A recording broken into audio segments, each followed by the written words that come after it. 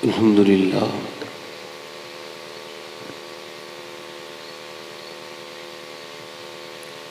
अल्हम्दुलिल्लाहि रब्बिल आलमीन वस्सलातु वस्सलामु अला अशरफिल अंबिया वल मुरसलीन अम्मा बअद फ़अऊज़ु बिल्लाहि मिनश शैतानिर रजीम बिस्मिल्लाहिर रहमानिर रहीम क़ुल ला अस्अलुकुम अलैहि अजरन इल्लल मवद्दत फ़िल क़ुरबा सदक़ल्लाहुल अज़ीम। क्या बात रिज़ा उस चमनिस्ताने करम की, ज़हरा है कली जिसमें हुसैन और हसन फूल।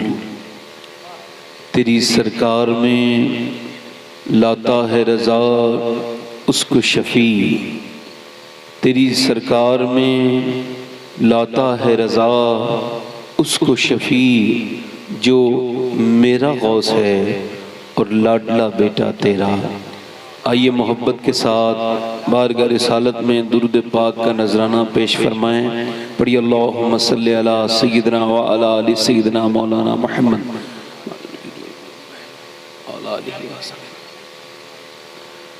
बाद हम्दो दुरूद लायक़ ताज़ीम व तकरीम मिंबर शरीफ पर जलवा फरमा मेरे इमामी की ज़ीनत व रौनक, मुअज़्ज़ज़ उलमा, मुअज़्ज़ज़ हुफ़्फ़ाज़, मशाइख़ अहले सुन्नत, सामीन व सामियात, अस्सलामु अलैकुम व रहमतुल्लाहि तआला व बरकातुहू।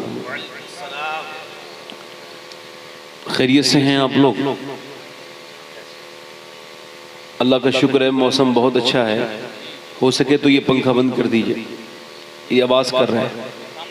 हाँ, आवाज़ कर रहा है। नहीं, घुमाने से मतलब नहीं है, आवाज़ से मतलब है। आवाज़ बंद कर दीजिए बस। और शफ़क़त और बड़कपन की वजह से कही गई हैं, वरना अपनी औकात सिर्फ इतनी है, कुछ नहीं बात सिर्फ इतनी है। कल भी टुकड़ों पे उनके पलते थे, अब भी टुकड़ों पे उनके पलते हैं। अल्लाह का बड़ा शुक्र है और उसका बड़ा एहसान है कि उसने अपने प्यारे हबीब के सदक़े से हमें अपने प्यारे हबीब की महफिल सजाने की तौफीक अता फरमाई। ये अल्लाह की बगैर तौफीक के होता ही नहीं। हम जो यहाँ आए हैं ये हमारे वालिदैन की नेकियां हैं, या वो दुआएं हैं जिसकी वजह से ये नेक काम कर रहे हैं। अगर कोई ये समझता हो मैं खुद ही आ गया हूं तो वो गलती पर है। अगर कोई ये समझता हो कि वो खुद ही तकरीर करने लगा है तो वो भी गलती पर है। अगर कोई नात खां ये समझे कि मैं बगैर तौफीक के ये सब कुछ कर रहा हूँ तो वो भी गलती पर है। मूसा अलैहिस्सलाम से एक मरतबा अल्लाह ने फरमाया, मूसा तेरा दुनिया में सबसे नज़दीकी क्लोज और करीबी दोस्त कौन है? अर्ज़ की रब्बुल आलमीन, एक दर्जी से मेरी दोस्ती है। अल्लाह ने फरमाया तू उससे कुछ मांगेगा तो वो तुझको दे देगा। अर्ज़ की रब उम्मीद तो रखता हूँ कि दे देगा। रब ने फरमाया तो फिर जा उससे एक सुई खरीद, एक सुई ले आ। मूसा गए। हिकमत ये थी कि पहले मशीनें नहीं थी, ऐसा हो ही नहीं सकता कि दर्जी के पास सुई ना हो और वो बहाना कर दे। मूसा गए, जाके बोले यार तू मेरा दोस्त है? कहाँ? कि तेरी मेरी दोस्ती भी पुरानी है। का ये भी बात ठीक है। का मैंने आज तक तुझसे कुछ नहीं मांगा। का ये भी बात ठीक है। का फिर आज मजबूरी है, एक सुई दे दे। तो उसने जो है ना बरजस्ता मना कर दिया, बगैर सोचे समझे कहा मैंने सुई नहीं देनी। मूसा ने कहा यार मजबूरी में आया था। उसने कहा नहीं दूंगा। मूसा अल्लाह की बारगाह में पहुंचे। रब ने फरमाया मूसा सुई मिल गई? अर्ज़ की रब नहीं मिली। अल्लाह ने फरमाया फिर से ट्राई कर। मूसा फिर से गए, जाके बोले यार तू मेरा दोस्त नहीं है? कहाँ? एक सुई दे देना, एक सुई के लिए आया हूं। उसने पूरा डब्बा सामने कर दिया। मूसा ने सुई उठाई, अल्लाह की बारगाह में पहुंचे। रब ने फरमाया सुई मिल गई? अर्ज़ की रब सुई तो मिल गई, मगर एक सवाल जहन में आ गया, वो पहले भी मेरा दोस्त था, वो अब भी मेरा दोस्त है। उसने पहले एक सुई से इनकार कर दिया, इस बार सारा डब्बा सामने कर दिया। दरमियान में मेरा उससे कोई झगड़ा भी नहीं हुआ था। ऐ मेरे मालिक की क्या है? रब ने फरमाया ज्यादा सोचने की कोशिश मत कर मूसा, बात सिर्फ इतनी है, पहले उसके दिल में न देने वाली बात भी मैंने डाली थी, बाद में देने वाली बात भी मैंने डाल दी थी। आप आए नहीं हैं, आपके दिल में आने वाली बात रब ने डाल दी है। इमाम हुसैन की महफिल में कोई बगैर इमाम अली मकाम की मर्जी के आता नहीं, और जब आता नहीं तो ऐसे करीम बाप के बेटे हैं, खाली हाथ नहीं भेजते, झोलियां भी भर भर के भेजते हैं। आप आए नहीं हैं, बुलाया गया है। और जब हम यहां से उठेंगे तो इंशाअल्लाह इमाम अली मकाम के फैजान से हमारे दिल बदल जाएंगे इंशाअल्लाह। क्योंकि हम सबको मरना है, हमें मजे के लिए तकरीर नहीं सुननी चाहिए, न मजे के लिए करनी चाहिए। हम सबको मरना है अनकरीब, न जाने किस कब्रिस्तान में हमारी कब्र होगी। तो आज ये जो तकरीर आप सुन रहे हैं ना, ये इस सोच के समझे सुने कि ये मेरी जिंदगी की आखिरी तकरीर है। मैं हर तकरीर को यही समझ के करता हूँ, मेरा अल्लाह इस पर गवाह है। हुजूर ने फरमाया कि हर सजदे को आखिरी समझ के करो। तो अगर सजदा आखिरी समझ के किया जा सकता है तो फिर क्या तकरीर आखिरी समझ के नहीं की जा सकती? और अगर तकरीर की जा सकती है, अच्छा ये बताएं आप, अल्लाह के यहाँ हिसाब नहीं होगा मुझसे? बिल्कुल होगा। ये नहीं कि नहीं होगा, मेरा रब मुझसे जरूर पूछेगा कि पुरफितन दौर में तेरे सामने मेरे बंदे बैठते थे, तो तूने उन्हें क्या बातें सुनाई, तूने उन्हें क्या पैगाम दिया, तूने उन्हें मेरी तरफ लेके आया कि नहीं लेके आया? जब पब्लिक के सामने मैं बैठता हूं तो मुझे डर लगता है सिर्फ इसी बात का, कहीं मुझसे सवाल ना हो जाए, और सवाल तो होना ही है। जब जर्रे जर्रे का हिसाब होगा तो ये तो मनसब बहुत बड़ा है बाप, भाई है नहीं बड़ा मनसब। हमारे चैनल तो ये से महफिल इमाम हुसैन है, किसकी महफिल है? यूट्यूब पर हमजा नेटवर्क को सब्सक्राइब करें। माशाअल्लाह, किसकी महफिल है? अच्छा, इमाम अली मकाम की इस महफिल में बड़े अशार हुए ना, हमारे अख्तर ज़ियादी साहब ने पढ़ा है और भी हमारे बुजुर्गों ने पढ़ा है, बड़े अच्छे अच्छे नात खान माशाअल्लाह। मुझसे पहले बड़ी अच्छी तकरीर हुई मौलाना की, अल्लाह उन्हें बरकत अता फरमाए और एक सोच भरा दिल अता फरमाए। हाँ, उसने कहा था गालिब ने, रगों में दौड़ते फिरने के हम नहीं कायल, जब आँखी से न टपका तो फिर लहू क्या है। तो वो एक शेर ये है कि अच्छे अच्छे शेर, एक शेर सुन लीजिए। वो एक शायर था अहमद बाकीपुरी, उसने एक शेर कहा।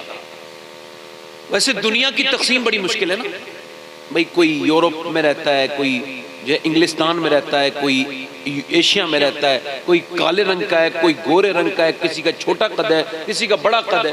तो अगर आप दुनिया को तकसीम और डिवाइड करना चाहें तो मुश्किल है, मगर उसने आसान कर दिया। वो अहमद बाकीपुरी ने 2 मिसरों में डिवाइड कर दिया, दुनिया को बांट दिया, तकसीम कर दिया। उसने कहा कि आबादी दुनिया की तकसीम नहीं मुश्किल। वाह वाह वाह वाह। आबादी दुनिया की तकसीम नहीं मुश्किल, नहीं मुश्किल। कुछ लोग यजीदी हैं, कुछ लोग हुसैनी हैं।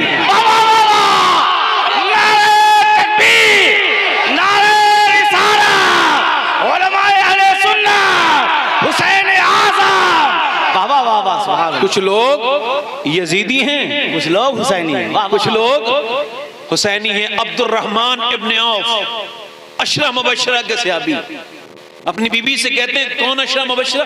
मेरे आला फरमाते ना, वो 10 जिनको जन्नत का मुज़्दा मिला, उस मुबारक जमात पे लाखों सलाम। हजरत सैयदना अब्दुर्रहमान इब्न औफ अपनी बीबी से कहते हैं, जरा रोटियां बनाओ, तो वो रोटियां बनाती हैं। तो अब्दुर्रहमान इब्न औफ उस पर घी लगाते हैं, और घी लगाने के बाद हुजूर की बारगाह में पहुंचते हैं, अर्ज करते हैं, या रसूल अल्लाह, ये दोनों रोटियां मैं तोहफे के तौर पर इमाम हसन हुसैन के लिए लाया हूँ। हुजूर दोनों रोटियों को लेते हैं और लेने के बाद अपनी बेटी के घर जाते हैं। बेटी के घर हुजूर के घर से बहुत दूर नहीं है, हुजूर दिन में 2 बार अपनी बेटी के घर जाते थे, और फिर रात को तहज्जुद के बाद जाते थे, फजर से पहले अपनी बेटी के पास। और उस दिन भी, अच्छा बेटी का घर कितना दूर है? ये इस वक्त जहां गुंबद खदरा है ना, जहां हुजूर का रोजा, ये आधा रोजा सैयदा फातिमा के घर में है। सुभान अल्लाह। आधा ये अहाता फातिमा, ये जो है ना वो सहने फातिमा में हुजूर का रोजा बना हुआ है। सैयदा फातिमा के घर में हुजूर के घर में कितना फर्क है? एक दीवार बीच में, और हुजूर ने उसमें से भी सुराख करा लिया है। उसके करते क्या है हुजूर? उस सुराख पे आवाज देते हैं जाके, फातिमा। तो सैयदा अर्ज करती, जी अब्बा क्या बात है? बात कोई नहीं है फातिमा, तुझे देखने का दिल करता है तो आवाज दे देता हूँ। सुभान अल्लाह, सुभान अल्लाह। सारी कायनात का जिसके देखने का दिल करता है वो मेरे नबी हैं, और नबी जिसे देखने का दिल करता है वो सैयदा फातिमा तो ज़हरा। तो हुजूर जाते हैं, जाके कहते हैं फातिमा ये हसन हुसैन को दे दो। इमाम हसन एक लुकमा खाते हैं, हुसैन खाते हैं, दोनों बच्चे मुस्कुराते हैं। ऐसा कैसे हो सकता है कि इमाम हसन मुस्कुराएं तो फिर हुजूर न मुस्कुराएं? हुजूर भी मुस्कुराने लगे। और ए मेरे भाइयों, जब आमना का बेटा मुस्कुराता है ना तो खाली आमना का बेटा थोड़ी मुस्कुराता है, पूरी कायनात मुस्कुराने लगती है। हुजूर ने फरमाया, मेरे आका करीम बहर को आए और फरमाया, ए अब्दुर्रहमान, अल्लाह तुझे दुनिया में किसी का मोहताज न करे। इनायत का जोड़ा, इजाबत का सेहरा, इनायत का जोड़ा दुल्हन बन के निकली। तो आए मोहम्मद, दुनिया कहती है या अल्लाह मुझे दुनिया में किसी का मोहताज न कर, मगर मेरे आका ने आकर के अपने अब्दुर्रहमान इब्ने औफ को खुशखबरी सुनाई, ओ अब्दुर्रहमान, अल्लाह तुझे दुनिया में किसी का मोहताज न करे और आखिरत में तुझे फिक्र करने की जरूरत नहीं है। मैं तेरी जमानत लेता हूँ, क्योंकि हसन जब खुश हुए हैं तो मैं भी खुश हो गया हूँ, मेरा रब भी खुश हो गया। सुभान अल्लाह, सुभान अल्लाह, नारे नारे रिसाला। हम तो कोशिश नहीं कर सकते ना, हम तो इमाम हुसैन को जो है ना कुछ दे नहीं सकते। अब हमारे पास इमाम हुसैन नहीं है, मगर कर सकते हैं। ख्वाजा कमरुद्दीन सियालवी शरबत बांटते हैं। शेखुल इस्लाम ख्वाजा कमरुद्दीन सियालवी सियालकोट, वो हर जो है वो आशूरे के दिन शरबत बांटते हैं। एक दिन बांट रहे थे तो उनके अब्बा ज़ियाउद्दीन सियालवी, शेखुल इस्लाम ज़ियाउद्दीन सियालवी, वो आए, आकर के बोले, यार अगर अपने हाथ दे दे, मैं तेरे हाथ चूमना चाहता हूँ। तो बेटे ने कहा, अब्बा आज तक तो मैंने हाथ चूमे हैं, आज आप ऐसे हाथ चूम रहे हैं। फरमाया, बेटे बात ये, अभी मैं सोया था ना तो मैंने क्या देखा कि घुड़सवार आए हैं, तेरे हाथ से उन्होंने शरबत का प्याला लिया है, और जब उन्होंने नकाब हटा के वो पिया है ना तो उनके चेहरे की तरह मैंने आज तक चेहरा नहीं देखा। मैंने ख्वाब में पूछा, आप कौन है जो आप मेरे बेटे के यहाँ शरबत पीने आए? तो उनका पहचाना नहीं, मेरा नाम हुसैन इब्ने अली है। सुभान अल्लाह। और तेरे बेटे का शरबत मुझे पसंद है, तेरे बेटे का शरबत मुझे पसंद है, बड़ा ही मीठा है। आए है, सुभान अल्लाह। तो इंशाअल्लाह इमाम अली मकाम के नाम पर लंगर किया करें, सुभान अल्लाह, है ना। इससे अल्लाह भी खुश होगा, हुजूर भी खुश होंगे, इमाम हुसैन भी खुश होंगे। बहुत अच्छे अच्छे कलाम हो गए। अगर कहें तो 2-3 शेर तरन्नुम के साथ पढ़ दूं। इरशाद है, इरशाद है। आप उठ के तो नहीं जाएंगे? पूरी तकरीर सुनेंगे ना इंशाअल्लाह। इधर वाले सारे लोग जरा दोनों हाथ उठा के बढ़े, कहीं या हुसैन। माशाअल्लाह बड़े अच्छे लोग हैं। मैं तो रोज़ ही तकरीर करता हूँ, अल्लाह का शुक्र है, रोज़ कहीं ना कहीं झाड़ू लगाता हूँ, मगर आप लोग बड़े अच्छे हैं, बोल के सुन रहे हैं, अच्छे सुन रहे हैं। हाँ, अब भाई हल्का सा माइक वाले भाई हो तो हल्का सा इसका माइक ठीक कर दें। वैसे मेरा भी माइक कोई ज़्यादा ठीक नहीं है। 2-3 शेर पढ़ता हूँ, आप ज़रा ज़ोर से बोलें, सुभान अल्लाह। दिल लगा के बोलें, ज़रा दिल लगा के बोलें। मेरा हुसैन बाग़ नबूवत का फूल है, मेरा हुसैन बाग़ नबूवत का फूल है, मेरा हुसैन बाग़, मेरा हुसैन बाग़ नबूवत का फूल है, मौला अली की जान है, खूने बतूल है। मौला पढ़ो, मौला अली की जान है, खूने बतूल है, और गुजरा जहां जहां से नवासा रसूल का, गुजरा जहां जहां से नवासा रसूल का, अब तक वहाँ खुदा के करम का नुज़ूल है। सुभान अल्लाह, सुभान अल्लाह, वाह वाह वाह। अब तक पढ़ो, अब तक वहाँ खुदा के करम का नुज़ूल है, मेरा हुसैन बाग़ी। और दुनिया में सवारी बड़ी आई है। नारे तकबीर, जिक्र शहीद करबला कॉन्फ्रेंस, सैयद शबाहत मियां साहब किबला, नारे तकबीर। ये बुजुर्गों के नाम के नारे लगाओ, मैं तो नाकारा इंसान हूँ, ये बुजुर्गों के नाम के नारे लगाइए। अच्छा, दुनिया में बड़ी बड़ी सवारियां आई ना, आज भी कोई बुलेट खरीद लेता है तो उसके पीछे की रबड़ कटवाता है। अच्छी खासी सवारी है ना इंसानों वाली, उसकी रबड़ कटवाएगा, फिर घुमा के कहेगा यार कोई तो देख लो, कोई आवाज भी करेगा, मैंने 2 लाख खर्च किए, कोई तो देखो। समझ आ रही है? जरा गौर तो करें, हजरत अबू बकर सिद्दीक रात में चलते थे जूते उतार के चलते थे और दिन में चलते थे जूते पहन के। हजरत उमर ने कहा हुजूर एक बात समझ नहीं आई, रात को जूते उतार के चलते हैं, दिन में जूते पहन के, मसला समझ नहीं आता। आपने फरमाया उमर मैं ये नहीं चाहता कि मेरे पैरों की आवाज से किसी मुसलमान की नींद खराब हो, इस वजह से मैं बगैर जूते के चलता हूँ। अल्लाह अकबर। जरा गौर तो करें, कोई BMW पे नाश करता है, कोई जैगवार पे नाश करता है, कोई मर्सिडीज पे नाश करता है, कोई किसी गाड़ी पे नाश करता है। दुनिया में सवार बड़े आए, सवारियां बड़ी आई, मगर जरा ना तो ऐसा सवार दुनिया में आया ना ऐसी सवारी। समाप्त करें। दुनिया में और कौन है शब्बीर के सिवा, दुनिया में और कौन है शब्बीर के सिवा, ऐसा सवार जिसकी सवारी रसूल है।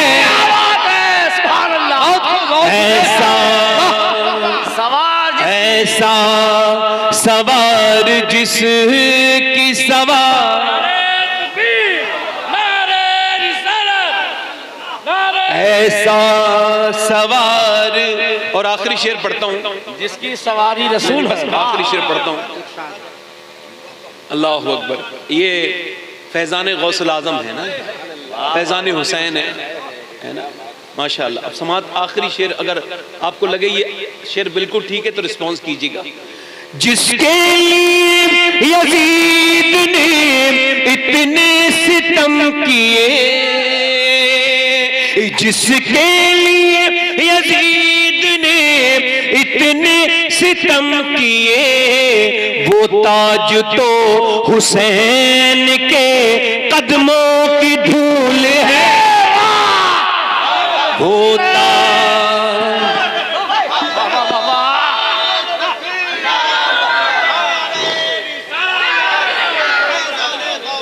दोबारा इरशाद होगा, दोबारा इरशाद होगा, दोबारा इरशाद। जिसके लिए यजीद ने इतने सितम किए, वो ताज तो हुसैन के कदमों की धूल।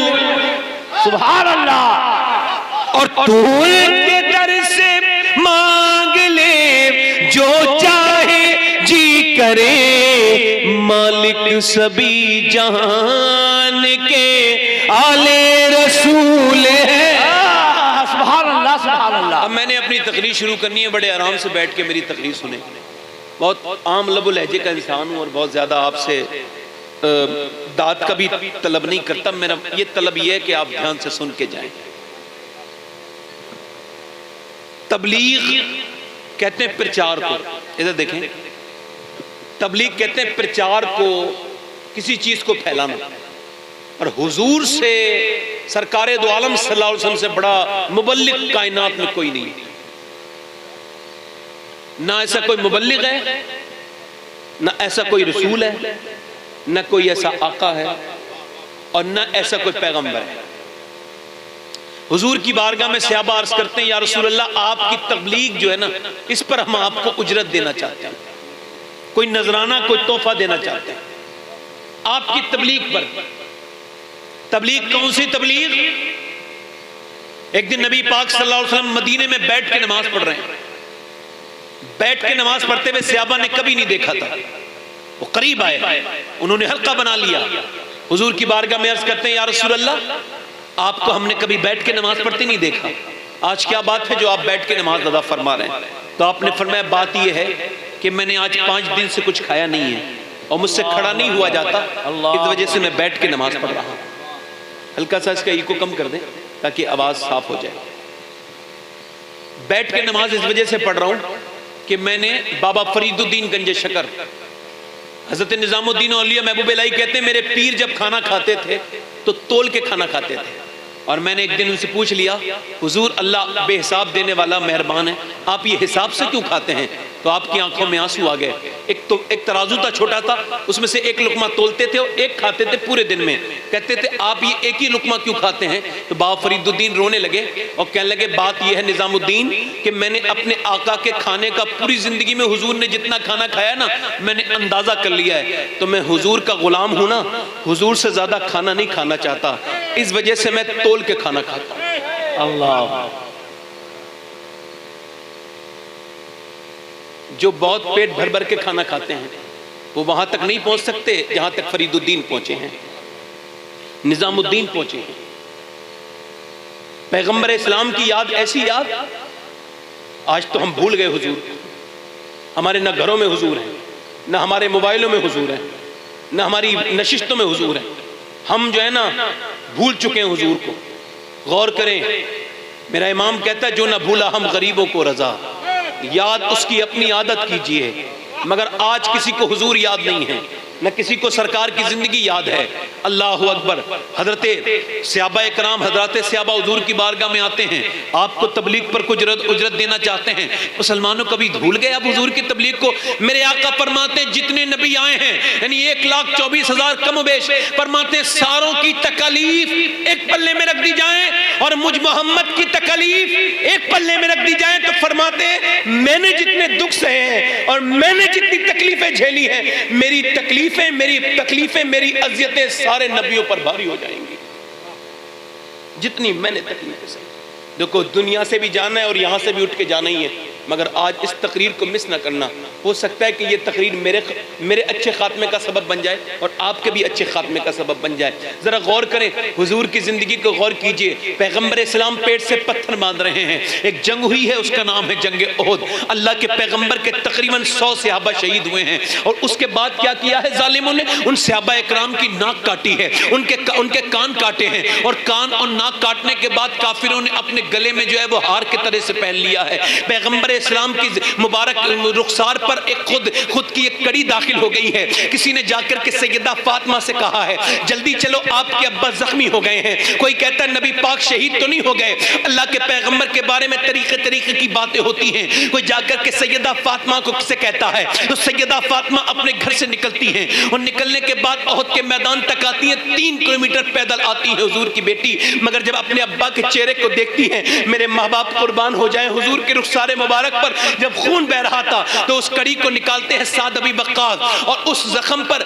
सैयदा फातिमा तुज़्ज़ारा खजूर की छाल को जला करके उसे जख्म को रखती है, फिर हाथ उठाती हैं और हाथ उठा के बद्दुआ करने वाली होती हैं। तो मेरे नबी हाथ पकड़ के कहते हैं फिर बेटी ना, हम लोग बद्दुआ करने नहीं आए हैं, हम तो दुनिया में दुआ करने के लिए आए हैं। फातिमा बद्दुआ ना करो। फिर नबी पाक अपने जायजा लेते हैं अपने गुलामों का। एक सहाबी के पास जाते हैं तो रोने लगते हैं, फिर दूसरे के नाक कान कटे देखते हैं तो मेरे नबी का कल्ब नाजुक परेशान हो जाता है। हुजूर की आंखें बार बार बरसने लगती हैं। पैगंबर इस्लाम देखते जाते हैं, चलते हुजूर एक के बाद दो के बाद तीसरे के पास, एक जनाजे के पास जब पहुंचते हैं, जब एक जिस्म के पास पहुंचते हैं, हुजूर देखते हैं कि उस जिस्म का कलेजा चबाया गया है और उसके ऊपर उस लाश की बड़ी बेहुरमती की गई है। तो पैगंबर इस्लाम उस लाश के सर पे हाथ रखते हैं और फिर रोना शुरू कर देते हैं। सहाबा इकराम जब करीब जाते हैं तो क्या देखते हैं, हजरत सैयदना अमीर हमजा हुजूर के चचा मुशफिक और मेहरबान, उनकी लाश वहां पड़ी है। पैगंबर इस्लाम रोते हैं। नबी पाक के पास एक जोड़ी कपड़े हैं, दूसरे जोड़ी कपड़ा नहीं है जो आज अपने चचा को कफन भी दे सके। मेरे सहाबा इकराम को ऐसे ही दफन कर दिया गया है। अल्लाह अकबर। जिन कपड़ों में वो शहीद हुए थे वो अंसार और मुहाजिरीन की लाशें पड़ी हैं। मेरे पैगंबर इस्लाम अपने चचा के करीब बैठ करके रोते हैं। अल्लाह अकबर। मदीने वापस पहुंचते हैं। अम्मा आयशा पूछती हैं या रसूल अल्लाह, ये जो ओहद का दिन है इससे भी सख्त दिन आप पे कोई गुजरा है? इससे भी ज्यादा सख्त दिन जब आपके चचा का कलेजा चबाया गया, जब आपके रुखसार में कड़ी दाखिल हो गई, जब आपके दंदाने मुबारक की कुछ हिस्से शहीद हो गए, तो क्या इससे भी सख्त दिन आप पे गुजरा है? तो आपने फरमाया हाँ, इससे भी सख्त दिन वो गुजरा था जब मैं ताइफ के अंदर गया था। ताइफ क्या है? मेरे ताया हकीम सैयद अहमद अली शाह रहमतुल्लाह अलैह मेरे उस्ताद, वो कहते थे बेटे शबाहत कभी भूल न जाना ताइफ को। मैं कहता था अब्बा ताइफ क्या है? तो कहते थे ताइफ मेरी नजर में इस्लाम है। मैं कहता था क्या? तो वो बयान करते थे अपने लहजे में, बेटे मक्के से हुजूर ताइफ गए थे और 80-90 किलोमीटर जाने के बाद पैगंबर ने पैदल सफर किया 80-90 किलोमीटर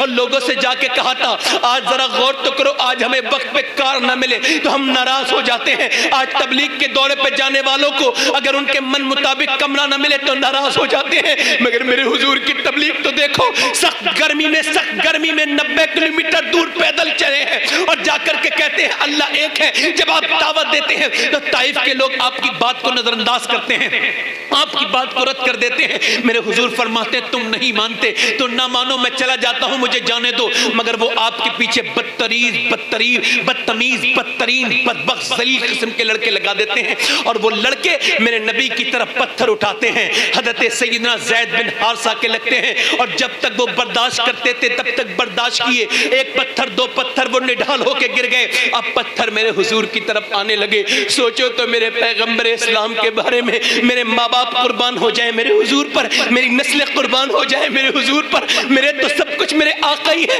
मगर नबी पाक की तरफ पत्थर आए, हुजूर एक पांव को उठाते हैं तो दूसरे पांव पे मारते हैं। हुजूर जब बैठ जाते हैं ना तकलीफ की वजह से तो उठा के मारते हैं। मेरे नबी के मुकद्दस जिस्म की तरफ तो पत्थर आ रहे हैं। अल्लाह अकबर। कोई पत्थर कोई तीर थोड़ी होते हैं। नबी पाक की पिंडलियों में इतने पत्थर मारे कि हुजूर की नालैन शरीफ भीग गई खून से और नबी पाक की नालैन शरीफ में खून भर गया। क्यों?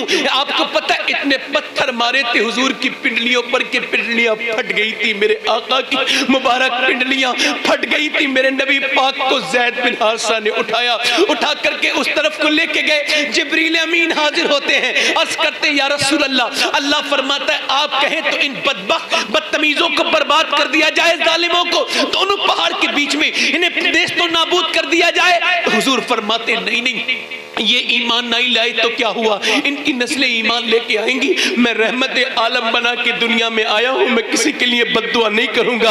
अल्लाह अकबर। फिर मेरे हुजूर मक्के जब पहुंचे ना, उसी हालत में सफर करके, आपको पता है उन्हीं पिंडलियों पर मरहम रखने वाला कौन था, उन जख्मों पर मरहम लगाने वाला कौन था?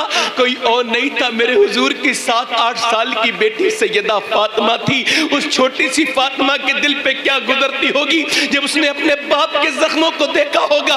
वो सैयदा फातिमा तो ज़हरा थी। अल्लाह अकबर। सैयदा फातिमा बचपन में अर्ज करती हैं, अब्बा जान ये मक्के के लोग हमारे घर में पत्थर क्यों मारते हैं? ए अब्बा ये बताइए ये पत्थर क्यों मारते हैं? ये बताइए, कभी अम्मी के लगते हैं कभी मेरे लगते हैं, अके पत्थर क्यों मारते हैं?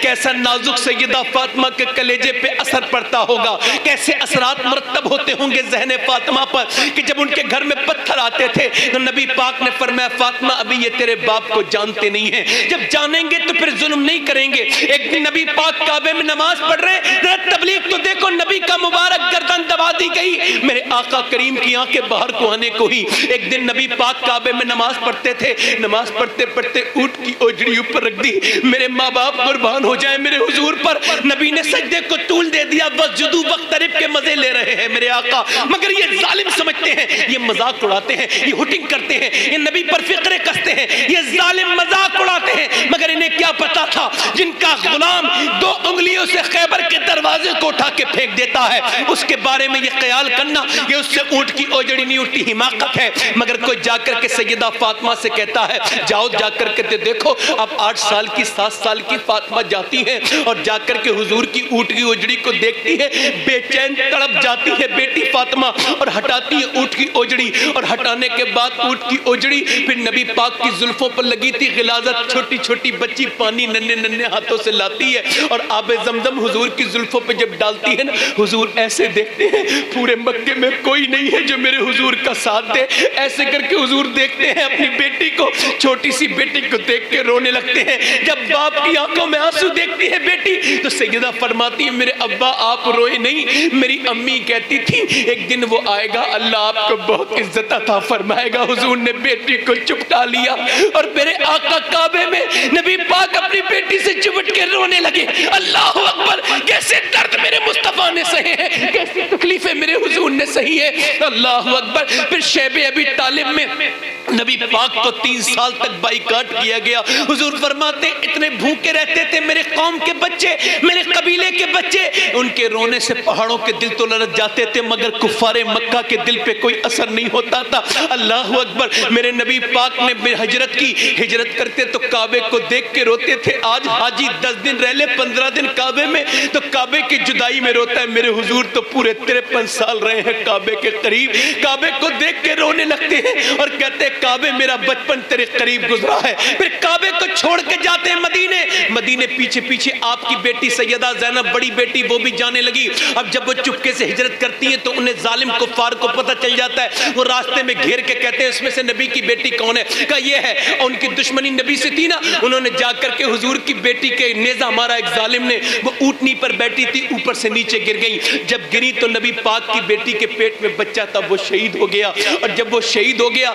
मैं जब वहां गया था ना तो बस मदीने से मक्के तक 2-3 जगह बस रुकी थी, खा लो पी लो रेस्ट कर लो, मगर मेरे हुजूर की बेटी को कितना दर्द था। एक तो यहाँ भारी जख्म, फिर पेट में इंतकाल किया हुआ शहीद हुआ वह बच्चा। 450 किलोमीटर का सफर मेरे हुजूर की लाडली ने कैसे तय किया होगा। है मेरे आका तुझ पर कुर्बान चले जाए। हुजूर की बेटी मक्के से मदीने आई है। जब मदीने पहुंची पैगंबर इस्लाम की बेटी तो हुजूर को कहा गया हुजूर बेटी हिजरत करके आ गई ज़ैनब। हुजूर गए, जाकर के बेटी का चेहरा देखा, बेटी ने बाप को देखा, फूट पड़ी, रो पड़ी।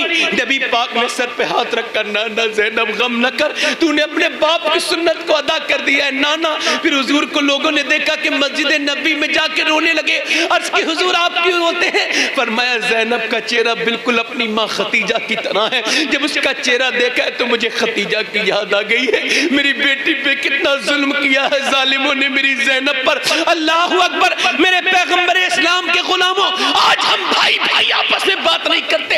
करबला के पैगाम को ले जाने वालों, जरा सोचो तो, आज बेटा बाप से बात नहीं करता, माँ से बेटा रूठा हुआ है, बहन से भाई रूठा हुआ है, भाई बहन को नहीं मनाता। मगर मेरे नबी के गुलामों, रिश्तेदार रिश्तेदार से बात नहीं करते। क्या पूरी जिंदगी दुनिया, कब तक दुनिया में रहोगे? कब्रों में नहीं जाओगे? माफ नहीं करोगे एक दूसरे को? मेरे पैगंबर इस्लाम मक्के को फतह करने के लिए जब मक्के गए, 10,000 तकरीबन सहाबाएं, और थर थर थर थर थर थर कांपने लगे कुफारे मक्का।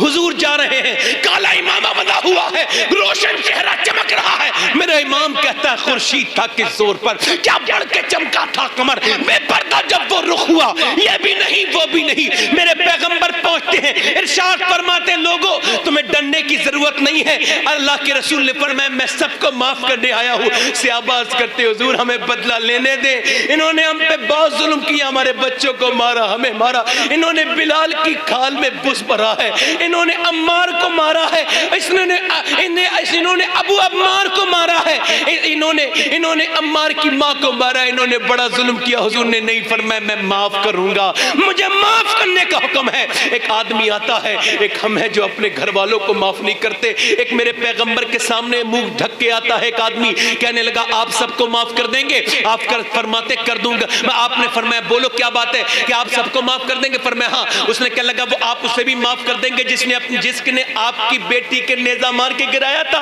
अल्लाह अकबर। मेरे हुजूर ने फरमाया तू क्या समझता है मैंने तुझे पहचाना नहीं? अल्लाह अकबर। मेरा इमाम कहता है सारे अच्छों से अच्छा समझिए जिसे है उन अच्छों से अच्छा हमारा नबी। क्या खबर कितने तारे खिले छिप गए पर न डूबे न डूबा हमारा नबी। कौन देता है देने को मुंह चाहिए, देने वाला है सच्चा हमारा नबी। मेरे हुजूर के जज्बे को देखो, मेरे नबी के माफ करने के अंदाज को देखो। फरमाया मेरे आका ने तू जब आया था मैंने तुझे तभी पहचान लिया, तो तू वही है जिसने मेरी ज़ैनब को गिराया था।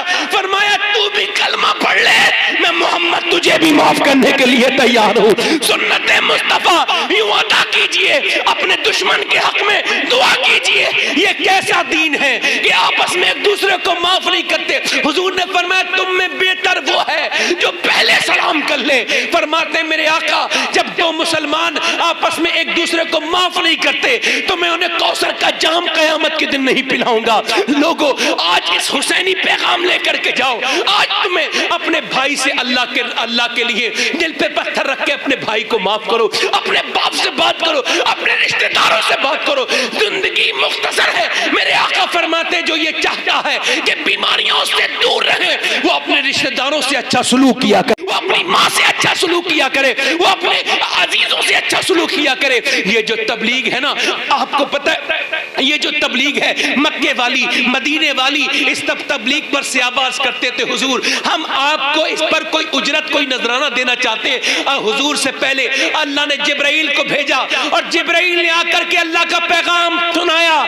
अल्लाह ने फरमाया कुल ला असअलुकुम अलैहि अजरन इल्लल मवद्दता फिल कुर्बा। ए महबूब आप कह दो मुझे अपनी तबलीग पर तुमसे कोई उजरत नहीं चाहिए, कोई बदला। आप फरमाया मगर मेरे कुराबत वालों की मोहब्बत, यानी अगर हुजूर की तबलीग का कोई बदला है तो ये है कि दिल में फातिमा को बसाओ, अली को बसाओ, हसन को बसाओ, हुसैन को बसाओ। अल्लाह अकबर, या रसूल अल्लाह, अहले सुन्नत जिंदाबाद। क्या बात है उस चमनिस्ताने करम की। वाह, बहुत खूब है। ज़हरा है कली जिसमें हुसैन और हसन फूल। अच्छा मुझे बताओ, जब सहाबा के सामने ये आयत नाजिल हुई तो इस आयत को सबसे अच्छा कौन समझेगा? सहाबा। अहले बैत की ताजीम किसने बताई? सहाबा ने। अहले बैत की पहचान किसने कराई? सहाबा ने। हजरत सैयदना अबू बकर सिद्दीक, बोलो तो सही यार, बादल अंबिया बितहकीक हजरत अबू बकर। नमाज पढ़ा के, बुखारी पढ़ रहा हूं, नमाज पढ़ा के ना असर की निकल के जा रहे हैं। अगर कोई प्रधान भी बन जाए ना तो उसकी आदत प्रधान पहले से पहले कुछ और होती है, बाद में कुछ और हो जाती है ना। कोई अगर थोड़ा बहुत पढ़ लिख जाए तो पढ़ लिखने के बाद आदत ही अलग हो जाती है, उसकी गुफ्तगू में जो है नजाकत आ जाती है। हजरत अबू बकर निकल के जा रहे हैं, देखा तो एक बच्चा खेल रहा है, आप नीचे झुके, झुकने के बाद बच्चे को उठाया और उठाने के बाद चूमा और फिर कांधों पे बिठाल के कहा तुझ पे मेरा बाप कुर्बान हो जाए हसन, तू तो मेरे नबी की तस्वीर है। सुभान अल्लाह। हजरत सईदना उमर फारूक आजम रदी अल्लाह तआला अन्हु, तवज्जो चाहता हूँ जरा गौर करें। हजरत उमर फारूक, हजरत अली फरमाते हैं मेरे घर में आते थे और उमर कहते थे जरा हुजूर की तस्वीर दिखाओ, कभी कभी रोने लगते थे। मैं अब अच्छा आप सोच रहे होंगे हुजूर की तस्वीर क्या सैयदा फातिमा के घर में हुजूर की तस्वीर थी? नहीं नहीं, तस्वीर नहीं थी, चलती फिरती तस्वीर थी, जागती बोलती तस्वीर थी, वो जिसे देखने उमर आते थे। हजरत अली कहते थे जब वो कहते थे मुझे हुजूर की तस्वीर दिखाओ तो मैं हसन को बुलाता था और हुसैन को बुलाता था, वो दोनों बच्चों को चूम के कहते थे मुझे हुजूर का फिर से दीदार हो गया है। अल्लाह अकबर। मेरा इमाम कहता है मादूम न था साया शाह सकलैन, उस नूर की जलवा गाहती ज़ाते हसनैन, तमसील ने उस नूर के दो हिस्से कर दिए, आधे से बने हसन, आधे से हुसैन। अल्लाह सुभान अल्लाह रे तकबीर, अल्लाह रे रिसाला, या रसूल अल्लाह।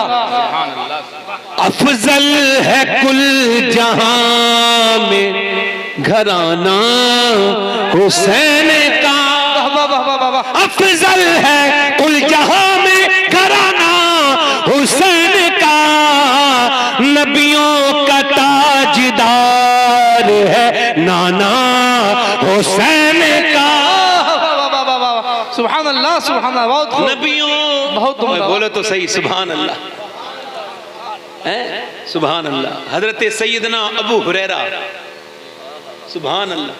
हराम हलाल की तकरीबन 850 हदीस इन्हीं से रिवायत है। हज के अरकान की तकरीबन हदीस इन्हीं से रिवायत है। अगर अबू हुरैरा को निकाल दो तो इस्लाम में कोई बचता ही नहीं है ना। और सब कहते हैं अबू हुरैरा, मगर यहाँ के हजरत अबू हुरैरा को भूल जाते हैं लोग। हाफिज ज़ाबी, पढ़े लिखे लोग हाफिज ज़ाबी को जानते हैं, वो नक्काद किस्म के इंसान है, मगर उन्होंने एक रिवायत बयान की कि एक दिन इमाम हुसैन, तवज्जो, इमाम हुसैन जनाजा पढ़ के आए और पत्थर पे पैर रख के बैठ गए। तो हज़रत सैयदना अबू हुरैरा आए, आकर के उनके कदमों को ऐसे साफ करने लगे, ऐसे साफ करने लगे।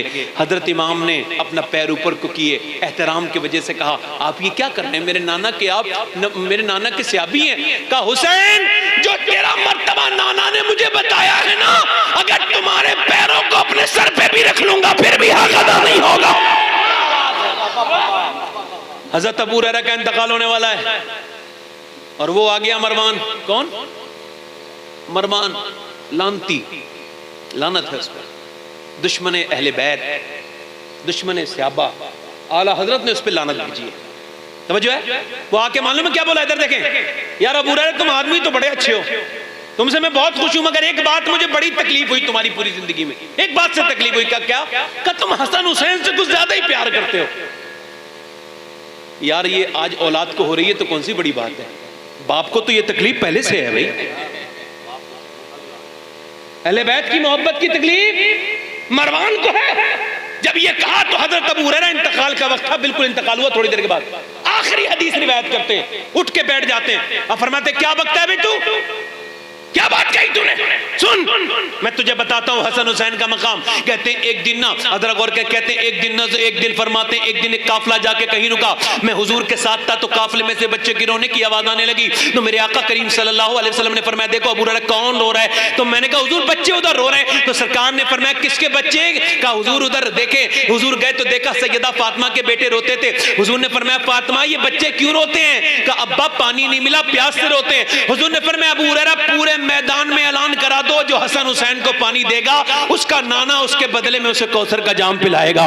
अल्लाह अकबर, कौसर का जाम पिलाएगा। हज़रत अबू हुरैरा कहते हैं, मैंने ढूंढा मगर कहीं पानी नहीं मिला, पूरे मैदान में सारे मशकी से खाली थे। हुजूर से आके अर्ज की, हुजूर पानी कहीं नहीं है। हुजूर ने फरमाया, कोई बात नहीं, लाओ फातिमा, ऐसा करो हसन को मुझे दे दो। इमाम हसन को दिया। और जब इमाम हसन आए तो हुजूर ने गोद में लिया। गोद में लेने के बाद अपनी जबान उनके मुंह में डाली। कौन सी जबान?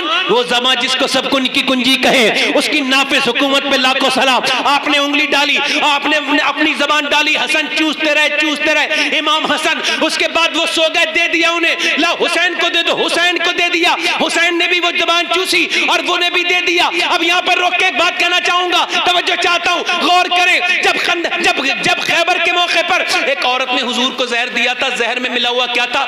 गोश्त में जहर मिला था, गोश्त में बकरे के। जो बकरी की बोटी जब मुंह में गई ना, तो हुजूर के मुंह में जाके बोली, मुझे मत खाइए। बोटी बोली, मुझे मत खाइए, मेरे अंदर जहर है। उलमा कहते हैं वो इस वजह से बोली कि जब किसी बेजबान को अगर हुजूर का लुआब लग जाए तो अल्लाह उसे जबान वाला बना देता है। तो ये बताओ, जिसे एक बार जबान का लुआब लगा हो वो तो ऐसा अहले जबान हो जाए, फिर वो जो हसन और हुसैन जो रोज नबी का लुआब पीते हो, उनकी जबान का, उनकी फसाहत का, उनकी बलागत का आलम क्या होगा? अल्लाह अकबर। हजरत सैयदना अबू हुरैरा कहते हो, मरवान ये बता और कौन है ऐसा जिससे इतना प्यार मेरे नबी करते हैं, इतना प्यार करते हैं। मगर इमाम हसन हुसैन की मैं फजीलत में काफी देर बोल सकता हूं, मगर मैं मैसेज हुसैन की तरफ आता हूं, पैगाम हुसैन। दिल लग रहा है आप लोगों का? नहीं लग रहा? एक बार पढ़े जरा। अफजल है कुल जहां में घरा ना हुसैन का, नबियों का ताजदार है ना। और एक पल की थी सिर्फ हुकूमत यजीद की, सदियां हुसैन की है जमाना। मगर एक बात बताएं, हुसैन कोई ऐसे ही आ जाता है दुनिया में? नहीं।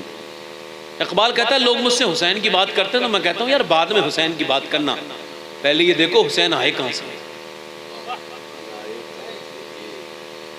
हुसैन पैदा कैसे हुए। हैदराबाद दक्कन में तकरीर हो रही है, हैदराबाद दक्कन में इमाम हुसैन की तकरीर हो रही थी। एक डीएम औरत आई, हैदराबाद की डीएम, और वो मिंबर पे चढ़ी, उसने माइक लिया और कहा मैं मुसलमानों के हुसैन से बहुत मोहब्बत रखती हूँ, हुसैन में मुझे आस्था है, यकीन है, बिलीव है, और हुसैन को मानती हूँ। मगर एक सवाल करने आई हूं, 1400 बरस गुजरने वाले हैं, ये बताओ आज तक कोई दूसरा हुसैन क्यों नहीं आया? कोई बोला नहीं। फिर उसने कहा क्या मतलब है, तुम्हारे पास जवाब नहीं? कोई नहीं बोला। कहा ये बताओ आखिर तुम कितनी पस्ती की तरफ जा रहे हो, तुम्हें जलील किया जा रहा है, तुम्हारे यहां हुसैन जैसे किरदार पैदा क्यों नहीं हो रहे? जब उसने तीसरी मर्तबा कहा ना, तो एक बूढ़ा शख्स खड़ा हुआ। इसने कहा क्या बता, तुम्हारे पास जवाब नहीं है? तो एक बूढ़ा खड़ा हुआ और बोला मेरी बेटी सुन, क्या हमें जलील करने आई है? और उसने कहा सुन, हुसैन तो आ जाता मगर दुनिया में कोई दूसरी फातिमा ही नहीं आई।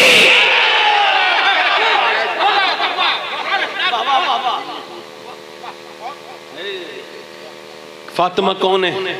सैयदना इमाम हसन कहते हैं मैंने अपनी अम्मी को देखा 17 दिन के फाके के बाद भी मैंने देखा शायद मेरी अम्मी आज लेट जाएंगी, थकी हुई हैं। 17 दिन से मेरे घर में चूल्हा नहीं जला था, मगर के फरमाते हैं मैंने देखा मेरी माँ 1000 रकत नमाज पढ़ के दम लेती थी रोज रात को।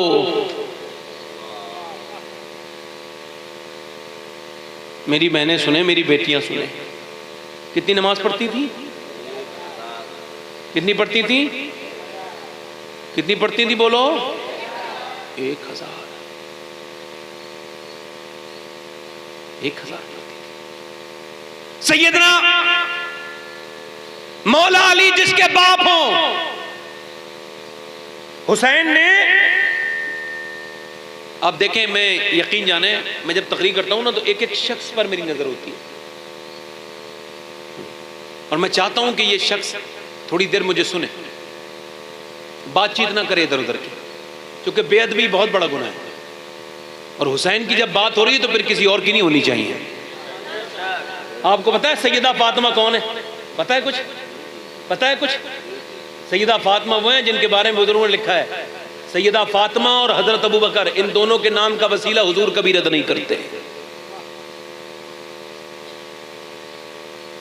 दो हस्तियों से बहुत प्यार करते हैं। सैयदा फातिमा का जिक्र हुआ करे तो मेरे लिए नहीं, उनके लिए एहतराम से बैठा करे। इकबाल कहता है जब फातिमा का नाम आए तो सर झुका लो। कहा क्यों? कहा कयामत के दिन भी झुकाना होगा, लिहाजा आदत डाल लो।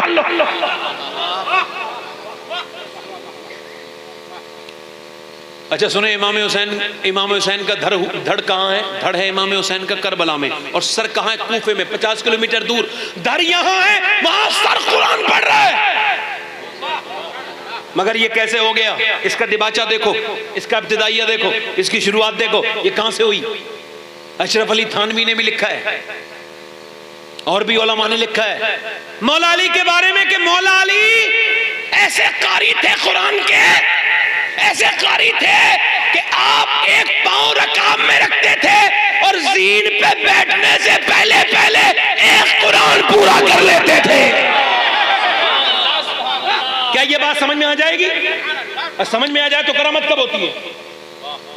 समझ में आने वाली बात करामत नहीं हो सकती। वो देखें, मरियम से अल्लाह ने फरमाया मरियम ऐसा करो, पेड़ को हाथ लगाओ, जरा पेड़ को हाथ लगाओ। पेड़ बिल्कुल सूखा हुआ है, मरियम ने हाथ लगाया, पेड़ हरा हो गया, उसके ऊपर फल आ गए, फल टूट गए, गिर गए, पक गए, खा लिए। अल्लाह अकबर, मरियम ने सिर्फ हाथ लगाया, मतलब क्या? मतलब ये हाथ लगाना ये मरियम का काम है। फिर पेड़ को खड़ा करना, उस पर फल लगाना और फिर उसे गिरा देना ये अल्लाह का काम है। कुरान शुरू कर देना मौला अली का काम है और पूरा करवा देना ये परवरदिगार का काम है। मौला अली फरमाते मेरी शादी हुई ना तो फिर मैंने अपनी बीबी फातिमा से पूछा, अल्लाह तवज्जो है, किसे पूछा? अच्छा देखिए, शादियां तो आज भी होती है ना। अभी एक पीर साहब की लड़की की शादी हुई थी, मैं उनका नाम उनके एहतराम की वजह से नहीं ले रहा, मगर चूंकि हक हक होता है बोल देना चाहिए। और इमाम हुसैन के गुलामों की शान ही है कि वो हक बोलते हैं। दीन किसी के बाप की जागीर, शरीयत की तलवार सबको काटेगी, चाहे मैं हूं या कोई और। अफसोस ये हुआ भाई, सुनो, एक पीर साहब की लड़की की शादी हुई, लाखों के बराबर मुरीद होंगे पीर साहब के, है ना। जब शादी हुई ना तो पीर साहब ने ऐसी वीडियो बनवाई माज़अल्लाह कि 4-5 लाख रुपए तो सिर्फ वीडियो बनाने वाले को दे दिए। और उसमें हमें उससे कोई मतलब नहीं था। सुना है 2 करोड़ रुपए की शादी करी है, लखनऊ में कहीं शादी हुई है, मगर अफसोस ये था कि पीर साहब की लड़कियां उसके अंदर रक्स कर रही थी वीडियो के अंदर। वो वीडियो वायरल हो गई, लोगों ने देखी। जिन्होंने सैयदा फातिमा के नाम पे अपनी तिजोरियां भरनी, उनके घरों में सैयदा फातिमा का किरदार बिल्कुल भी नजर नहीं आता। बोलो उन बुजुर्गों को कितनी तकलीफ हुई होगी जिनके हाथ पे लोग इस्लाम कबूल करते थे और उनकी पोतियां जब कैमरों के सामने बेपर्दा आई होंगी। जब खास लोगों का यह हाल होगा तो आम का क्या हाल होगा।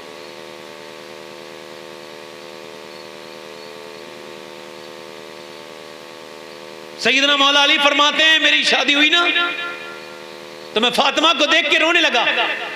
फातिमा ने कहा आप रोते क्यों हैं? तो मैंने कहा फातिमा कितनी भी गरीब की लड़की की शादी हो ना, एक जोड़ी कपड़े तो नए पहन ही लेती है, मगर आपकी जब दुल्हन बन के आई हो ना, देख रहा हूं जिस चादर में दुल्हन बन के आई हो उसमें 70 पैमद लगे हुए हैं। ये हुजूर की बेटी की शादी है, फातिमा की शादी। कहते हैं मगर अली फातिमा के अल्फाज सुनिए। सैयदा फातिमा ने कहा अल्लाह का शुक्र है मेरे सरताज, कोई बात नहीं। मेरे अब्बा कहते हैं औरत का जो जेबर है ना वो उसका पर्दा है, ये सब चीजें नहीं है।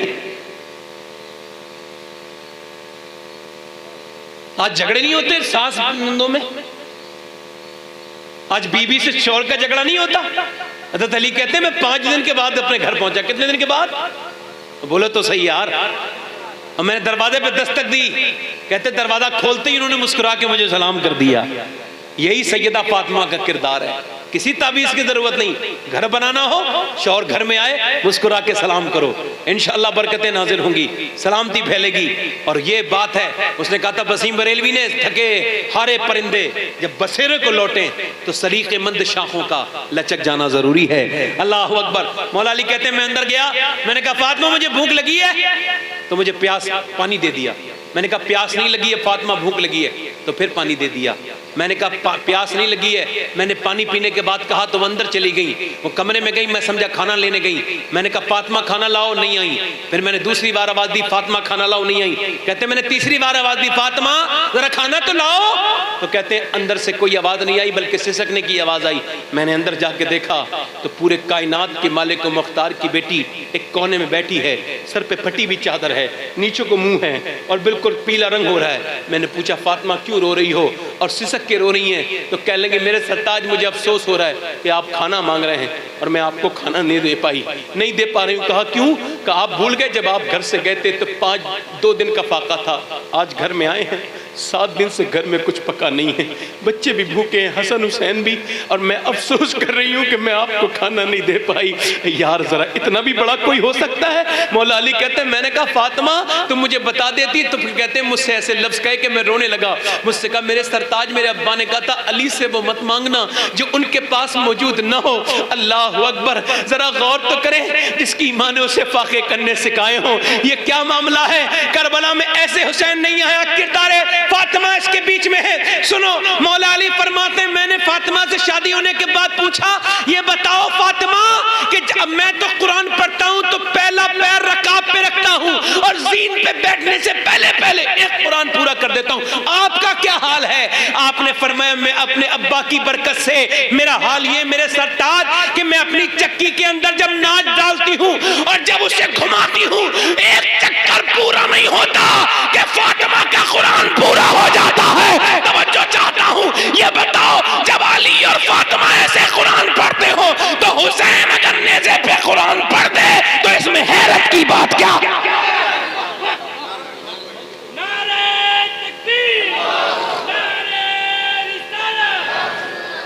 इसमें हैरत की बात क्या है? मगर मियाँ करबला को समझना होगा। करबला के वक्त में एक बात और याद रखें, एक बार वासिफ अली वासिफ से किसी ने पूछा था कि ये बताइए करबल मुहर्रम के महीने में रोना कैसा है? तो उन्होंने कहा रोना तो हराम है मगर रोना आ जाए तो ईमान है।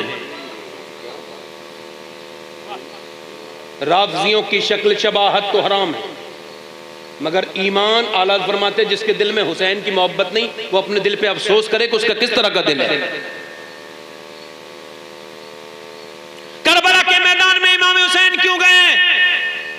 ये जो करबला है ना, ये खाली यजीद के खिलाफ नहीं है, ये शराब के खिलाफ है, ये जिना के खिलाफ है।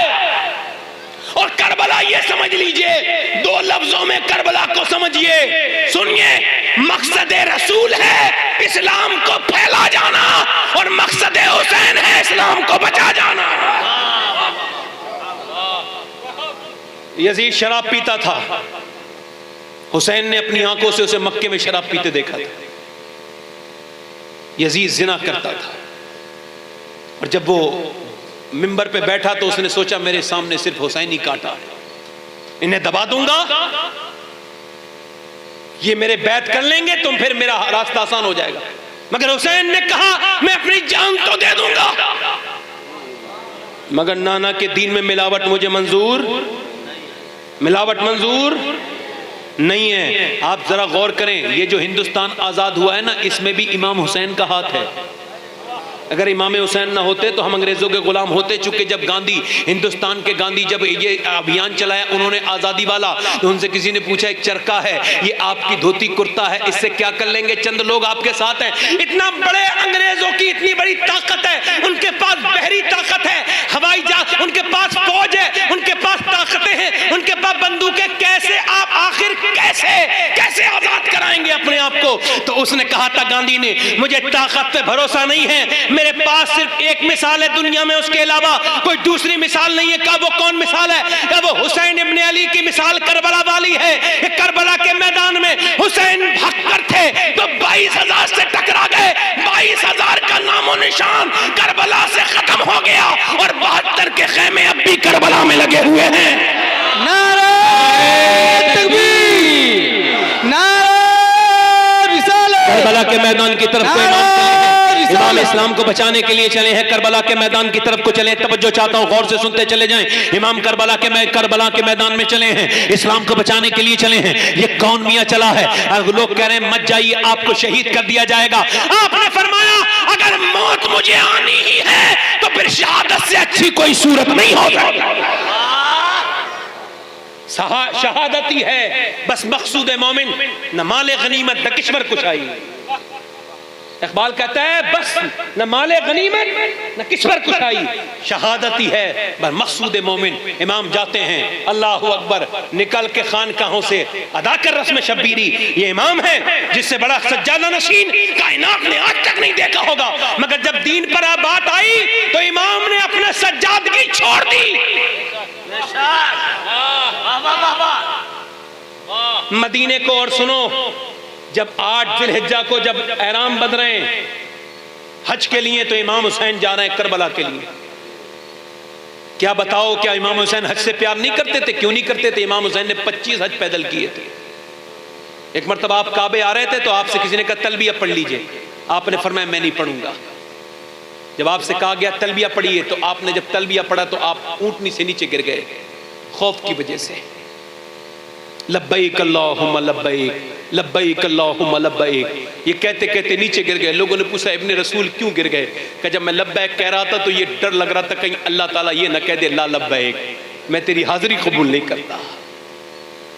तो वो जो है कि नहीं है मेरी बात पर? समझ आ रही है मेरी बात? खत्म कर दूं, कहो तो यहां से और बोलूं आगे को। दिल लग रहा है कि नहीं लग रहा है? तो जो है इमाम करबला के मैदान में जा रहे हैं, बहुत शॉर्ट में बात कर रहा हूं, पहुंच गए और आपको घेर लिया 1000 यजीदी फौजियों ने। इस बात पर गौर तवज्जो चाहता हूं, पहुंच गए। उलमा ने लिखा है जब पहुंच गए आप तो वो 1000 फौजी कहने लगे आप हमारी कैद में हैं। तो इमाम हुसैन ने फरमाया मैं तुम्हारी कैद में हूं, वो बात अपनी जगह है, मगर ये बताओ नमाज का वक्त हो रहा है, तुम नमाज पढ़ोगे कि नहीं पढ़ोगे? वो कहने लगे हम नमाज पढ़ लेते मगर हमारे पास पानी नहीं है, हमारे पास पानी। तो आपने फरमाया अहले बैत से, अपने घर वालों से ऐसा करो पानी जितना भी है इन्हें दो वुजू करने के लिए। 1000 फौजी जब पानी से वुजू करेंगे कितना पानी खर्च होगा? काफी खर्च होगा नहीं? अगर इमाम हुसैन उस वक्त पानी न देते तो करबला में प्यास वाला मैटर ही नहीं आता, मगर आपने पानी दे दिया। आपको पता था कि अली अकबर प्यासे जाएंगे, आपको पता था ओन मोहम्मद प्यासे रहेंगे, आपको पता था कि मेरा अली असगर प्यासा रहेगा, मेरे इमाम को पता था मेरी सकीना प्यासी रहेगी। मगर इमाम ये नहीं चाहते थे, इमाम चाहते थे चाहे मेरा पूरा घर प्यासा शहीद हो जाए मगर मेरे नाना के उम्मतियों की नमाज कदा नहीं होनी चाहिए। मेरे नाना की उम्मतियों की नमाज कज़ा नहीं होनी चाहिए। मेरे इमाम अली मकाम है, जरा देखे करबला के मैदान में गए हैं, उसे कोई मसला नहीं है, कोई मसला। देखो भाई एक बात बताऊं, बैठ जाओ चाचा, बैठ जाओ, आराम से बैठ जाओ, बैठ जाओ, हाँ कोई बात नहीं, जब बैठ। फिल्म में इसके माँ बाप की आंखों की ठंडक बनाए, कहो आमीन। इमाम करबला के मैदान में गए हैं, तवज्जो है, एक पैगाम यहां पर रिलीज करना चाहता हूं, ध्यान से सुन लीजिए, आप तक पहुंचाना चाहता हूं एक पैगाम से। इमाम करबला के मैदान में गए, जंग शुरू हो गई, जंग शुरू हो गई। जब जंग शुरू हो गई तो उधर से रास्ता गुजर रहा था, एक औरत को खबर आवाज आई, वो अपने बेटे के साथ जा रही थी। उसने अपने बेटे से कहा, बेटे देखो तो कि कैसा शोर मच रहा है। बेटा उसका वापस आया, देखकर तो रोने लगा। माँ ने कहा क्यों रोता है? कहने लगे, माँ हुसैन इब्ने अली के ऊपर बड़ी कयामत टूटी है, तमाम घर वाले शहीद कर किए जा रहे हैं और हुसैन इब्ने अली भूखे प्यासे करबला के मैदान में खड़े हैं। माँ ने कहा, और कोई माँ होती तो कहती चलो हमें अपना रास्ता देखना है, तेरी शादी मुझे करनी है, तू जवान है मेरे बेटे। मगर माँ कहने लगी, बेटे मैंने जो तुझे दूध पिलाया ना, आज उसका हक तुझे अदा करना है। ऐ मेरे बेटे, तुझे पता है मैं जो तुझे दुरूद सुनाती थी ना, ये इसी हुसैन के नाना पे सुनाती थी, इसी हुसैन पे सुनाती थी, यही हुसैन है, हुजूर की आल है। ऐ मेरे बेटे, आज तक मैंने तुझसे अपनी दूध का बदला नहीं मांगा, आज मांगती हूँ, ऐसा कर हुसैन पे कुर्बान हो जा। बेटा भी सादतमंद था ना, आज के जमाने में ऐसे बेटे हैं ना ऐसी माएँ हैं, उन माओं को सलाम करो। जरा गौर तो करो, माँ जाती है इमाम हुसैन की बारगाह में, कहती है मैं आपकी माँ सैयदा फातिमा की कनीज हूँ, ऐसा करो हुसैन कि मेरे बेटे को कबूल कर लो। आप मना करते हैं तो वो सैयदा ज़ैनब से जाकर के कहती है, सैयदा ज़ैनब सिफारिश करती, इमाम हुसैन इजाजत दे देते हैं। वो लड़का जाके लड़ने लगता है तो माँ अपनी झोली को फैलाती है, ऐसे करके फैलाने के बाद, ऐसे करके फैलाने के बाद दुआ करती है, मालिक मेरी ये कमाई जिंदगी भर की है और मेरे अलावा मेरे पास कुछ नहीं है, मैं बेवा औरत हूँ, मेरा एक ही बच्चा है, इसे मैंने पाला था, आज इस कुर्बानी को तेरी बारगाह में पेश कर रही हूँ, कबूल कर लेना। अभी ये ऐसे करके करी रही थी कि बेटे की गर्दन कटी और आकर के झोली में गिर गई। मियाँ माँ होती है ऐसी, उसने अपनी बेटे की झोली से उठा के अपने बेटे की गर्दन को, उसे रोई नहीं, उसने आहो बका नहीं किया, उसने जो है वो नोहखानी नहीं की, बल्कि अपने बेटे का सर करबला के मैदान में फेंक दिया। और फेंकने के बाद कहने लगी, जो चीज में हम अल्लाह की राह में दे देते हैं वो वापस नहीं लेते। ये कह करके इमाम से कहने लगे, इमाम मुझे भूल न जाना, अपनी माँ फातिमा से क़यामत के दिन कह देना, इस बूढ़ी औरत ने करबला के मैदान में अपना बेटा मुझे दिया था। अल्लाह अकबर। इमाम करबला के मैदान में 1 2 3 सारे लाशें उठा के लेते जा रहे हैं। सैयदा ज़ैनब फरमाती, जब अली अकबर का लाशा उठा के लाते थे तो मैं समझ ही नहीं पाती थी अली अकबर का कद बड़ा है या हुसैन का कद बड़ा है। उलमा कहते हैं हुसैन पर ऐसी तकलीफें टूटी हैं कि एक दिन जब करबला में आप गए थे, एक भी दाढ़ी का बाल सफेद नहीं था, मगर दोपहर तक पूरी दाढ़ी सफेद हो चुकी थी। इतना गम किसी ने कभी देखा होगा, मगर फिर भी इमाम के सारे घर वाले शहीद हो गए। तवज्जो, ये पैगाम आप तक पहुंच रहा है, आप पूरे सारे घर वाले शहीद हो गए। तो इमाम अपनी बहन ज़ैनब से कहते हैं, ज़ैनब मैं जा रहा हूं, देखो तुम रोना नहीं, चीखना नहीं, चिल्लाना नहीं। अपनी बीवियों से कह रहे हैं सब्र करना। फिर अपनी बेटी सकीना को प्यार करते हैं। यार हम जब घर से निकलते हैं ना तो अपने बच्चों को देख करके रोने लगते हैं कि आज 1 महीने के लिए जा रहे हैं, मैदान में जा रहे हैं। एक बहन लखनऊ के एयरपोर्ट पे खड़ी भी रो रही थी। मैंने पूछा क्यों रो रही है? कह लगे मेरा भाई सऊदिया चला गया, मुझे सुकून नहीं हो रहा। मैंने कहा एक तू बहन है, एक ज़ैनब है जिसका भाई शहीद होने के लिए जा रहा है। ज़ैनब जब खेमे की ओर से देखने लगी तो हुसैन वापस आए। कह लगे ज़ैनब जब भाई कुर्बानी देने जाता है तो बहन देखती नहीं बल्कि सजदे में जाके दुआ करती है। हुसैन चाहते थे कि मैं जब करबला में मेरी लाश पे घोड़े दौड़े तो मेरी ज़ैनब की नजर न पड़े, इस वजह से करे थे नमाज पढ़ो। फिर सकीना घोड़े को छोड़ती नहीं है, सकीना छोड़ती नहीं है घोड़े को। इमाम फिर भी अपनी बेटी को समझाते हैं और फिर उसके बाद इमामा बांधते हैं नाना का, सर पे मामा नाना का इमामा, हाथ में तलवार, लिबास फटा हुआ, गर्द में अटा हुआ। एक बाप है जिसने अपने 18 साल के बेटे की लाश उठाई है, 6 महीने के लिए असगर की लाश उठाई है। एक भूखा प्यासा है जिसने अपने भाइयों की लाशें उठाई है। और जाकर के करबला में जब जाते हैं तो कहते हैं कोई जो मेरे मुकाबले में आ जाए। बताओ 22,000 के सामने एक आदमी अकेला मगर किस शेर की आमद है कि रन कांप रहा है।